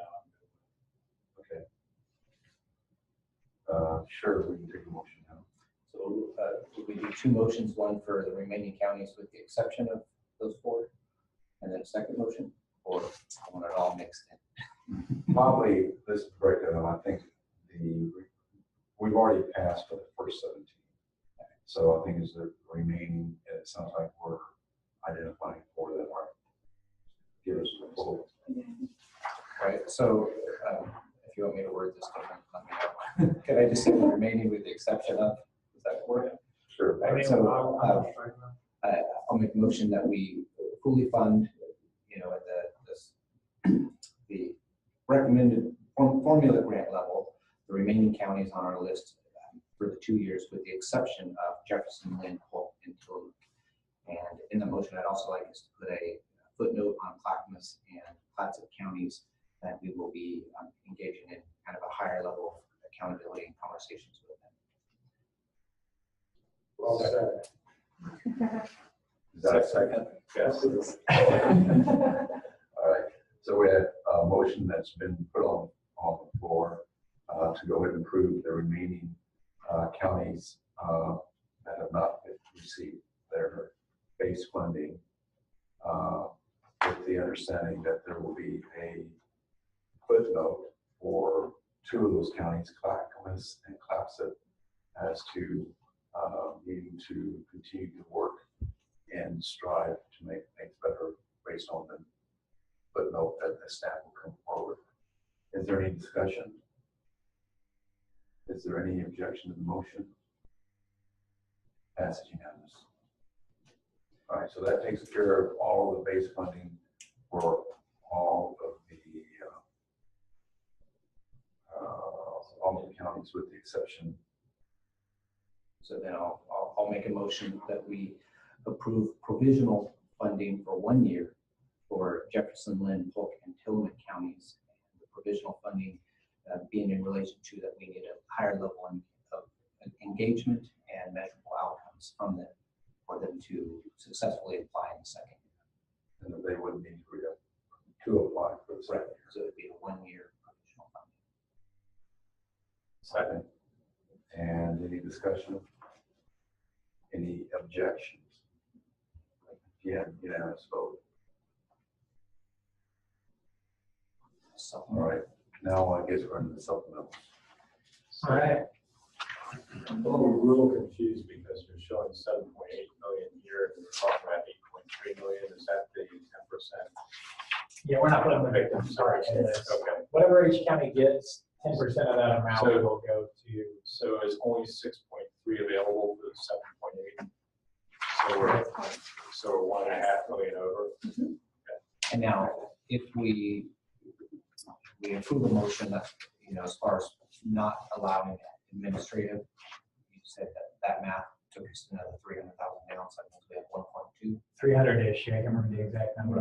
And you don't have to get this to fit into the box. We can, if there are specific things that, like, if the admin is a thing that you as a group decide you don't think should be in there, you could do kind of things like that. And we can go back to the counties and say, hey, we want to make sure that you can do this without your administrative costs. And then when we get to the commissioners, we'll make sure that we present kind of all your recommendations and that these parts have been carved out and that this is where we're at, make sure that it fits into the amount. So we don't have to get today down to that 6.3 or 7 million. So these motions, so the decisions here go back to the commission. The commission then approves. So if we approve something more generically on, the supplemental requests, you guys then will kind of fine tune that and then bring that to the commission for the.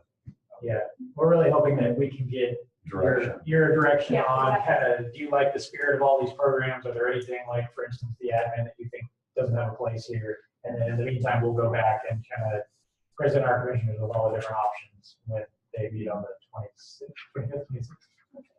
That also allows Madeline and Ross the ability to go back to some of the counties and say, if you had to give something up, what would be the piece you would give up, instead of us going through right now and line item things out of things. So it allows the county always. More flex, Yeah, and we don't want to cut something out that brings us down to not spending all the money, and we have to try to build it back up, because we have to open the door to, well, what else would you do? A whole bunch more We don't stuff. want And, you know, in some of these counties, as I think you pointed out, Where there's like one after. there's just one person and asking for anything else. If it's like, for instance, Lake County, if they don't get that full amount of FTE, they can't do anything because they don't have other funding streams. So, and then other ones like maybe a Washington would be able to kind of flex this a little bit more. So I guess a couple thoughts that I have been on supplemental. One, I agree with the idea of not doing the admin. But a couple of these just seem out of whack for the amount of money they're requesting or what they would anticipate reducing. Can I go through those one at a time? I can put them up here. So like Multnomah County, you know, to only drop 74, have a goal of 74 decrease, but at 2.1 million, when there's, you know, compared to others like Jackson County, I know they're being very ambitious with 108 for less than $500,000. You know, I mean, just bang for your buck, that seems like not the best bang for the buck as far as what Multnomah County's goal. And I can speak a little bit to Multnomah County with the Yeah. process. I can't to the other counties, but we went through a exhaustive vetting of each and every number. So we've got a unique collaboration with all of our, every Friday we meet with our presiding court judge, the district attorney, the sheriff, the representatives from chiefs of police and commissioners, and it's the defense bar, treatment providers, victim services. We've got a pretty robust collaboration. So when we talk about 74 numbers, you're in a county that's already reduced it significantly. You know, we're kind of, I think, one of the watershed counties for the state. When we say 74, it's a hard number for us. We really did the math. I think people vetted it very carefully. Yeah, and they do, you know, some of the counties, when they think they pick their target number, they're looking at the number. They're trying to put together hard numbers for the first time. And I'm not saying that they're not doing it right, but Multnomah's been tracking their numbers for a long time. And so I think it's not a new process for them. I think it is something they've been doing for a long time. And they have a data team and, you know, a lot of. And I'm assuming you're also saying that Multnomah County has already taken a significant amount off based on what has previously been done. And now I you're, think if you look at our numbers, even though we were low to start with, we have embraced this philosophy in a way that not everyone has. We're probably one of and the numbers reflect that. Well, they've been doing it for the longest period of time. And so, you know, I mean, Lane and Marion have been huge savers as well. They came out a little bit later. And so Multnomah was kind of the first one to dig into this. They kind of dug in in the first biennium of this, after 2013, when not that much money had actually gone out. They started then, which is why they had kind of a jump start on it. And there have been some countries there locally. I know, or at least what we were told in these conversations. I don't know a ton about that.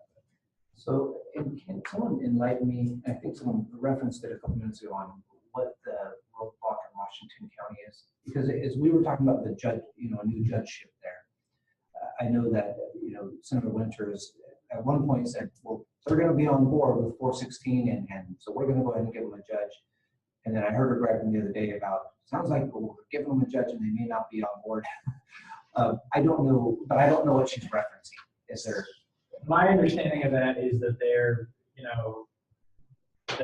presiding judge has been kind of the roadblock in that county, whereas in other counties sometimes it's the district attorney, but the presiding judge has been there, and that so the kind of the process they went about to change their IRIS program and then to ask for the supplemental grant was community corrections went to the DAs and said, look, this is what we want to do. What can we hammer out that we could both be okay with? They got to a point where they were okay with it. Then they kind of went to the presiding judges united front and said, this is what we want to do, and it really needs to work. And then they did get a judge, or they were going to get a judge or something. I don't know. I'm not sure it's going to work. It'll be on the next ballot. Yeah. So, and that the judge was kind of the last person to jump on board the train. And so now they've got everybody on board, and the judge that is going to oversee the IRIS program now is going to be a different judge than this one who's been kind of opposed in the past. And his opposition, I think, was based on people going into the program that he didn't think were appropriate. And so he was kind of hanging on to those cases and then revoking them. for pretty low level violations is kind of what we've heard.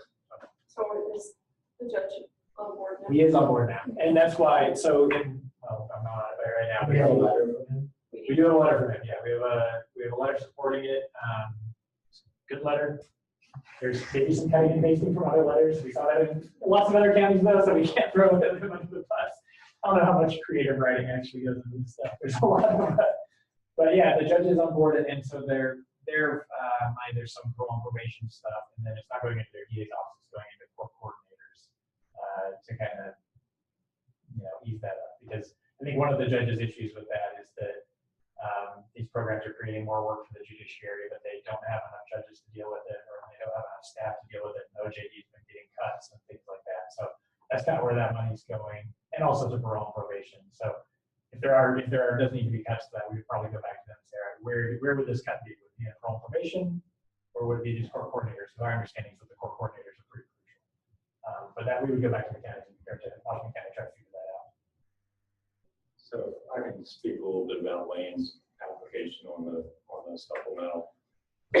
We adopted two different budgets for our lipstick, basically, and I sit on the budget committee, so I'm pretty familiar.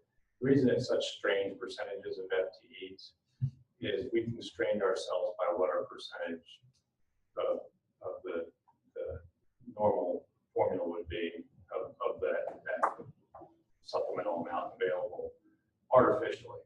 Yeah. And we did that strategically just to not ask for more than our own share. Even Marion showed that our quarters straight. Yeah, We were very surprised. But and conversely, we have a draft budget. If we don't, supplemental is not guaranteed. And if we, for some reason, they took a strict interpretation that it was only supposed to be for new programs, which would have closed both of us out. We still have our 416 program in our other draft budget because it's that important to us. And in fact, the rest of our 416 program is still funded in our base JRPG grant. So, that's, we could have had, a good 1.5 million or close to 2 in here if we put all of our staff for our 416 program in there. We did not put it all in there. Right? And I think Multnomah probably could have carried some of their 416 program in their base grant if they had chosen to do so. And that was just a decision. And obviously, I don't think Marion's asking for their full 416 out of this. They even have more restraint than we. They're asking for a single FTE, I think. 197,000.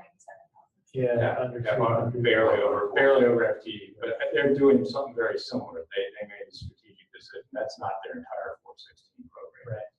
And I think that's for those of us that are carrying on a program, that's a reasonable thing to do. Is take some because what we lose if we don't get our supplemental funding, and we have to go back to that other budget, is we lose a lot of our gender specific supervision programs were part of that was the add back in that we got for getting the supplemental funding. Okay. So there was trade-offs there, and that's we set up, and we were very specific in trying to set up our budget in a way that we knew we could continue beyond this biennium too. We didn't want to start hiring positions that we didn't think we could support and all that stuff. So I think as you guys look at the supplemental, because I'm probably gonna have to leave before you guys make a final decision if it takes more than 20 minutes here. And also I'm gonna have to abstain when you start talking about Lane. We'll have separate motions on this. But just keep that in mind, the ask was developed. I don't have any doubt that you guys looked exactly what your program was going to cost and set up your ask based on that.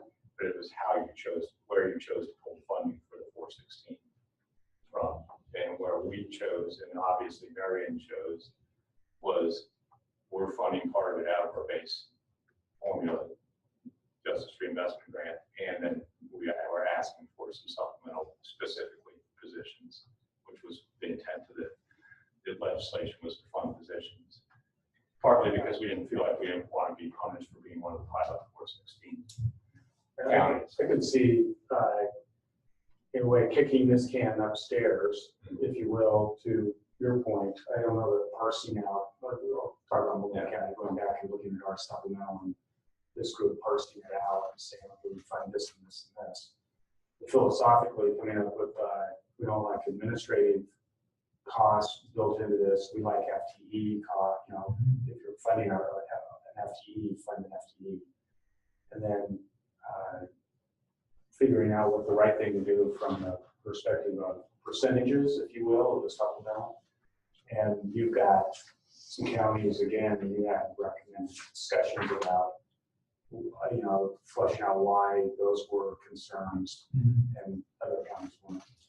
And we can also look into what, you know, go back to the counties and say, other than just FTE, like what can you do with that? Because there are some things other than admin that are not FTE that are in some counties, and then other counties they're not. They're not huge amounts of money, but you know, we can add it up and see what that does. So is it sufficient for us, rather, you know, to have one generic motion that is just along those lines that we would like, you know, CJC staff to take another look at this in their recommendations. We like the general spirit of the types of things being put forward. There's no specific county that we are upset with or that we want to, you know, cross off the list, but instead say, you know, take a look at pulling the admin, take a look at, you know, going back to the counties, see what their self-imposed reductions, you know, if we went back and said, what can you cut and still do it? Right. And then make some suggestions on best bang for your buck after that. In fact, I would suggest you make that motion and I'll discuss it. And you know, Can I say that these was my grants, motion? just a reminder, the supplemental grants were due last Friday.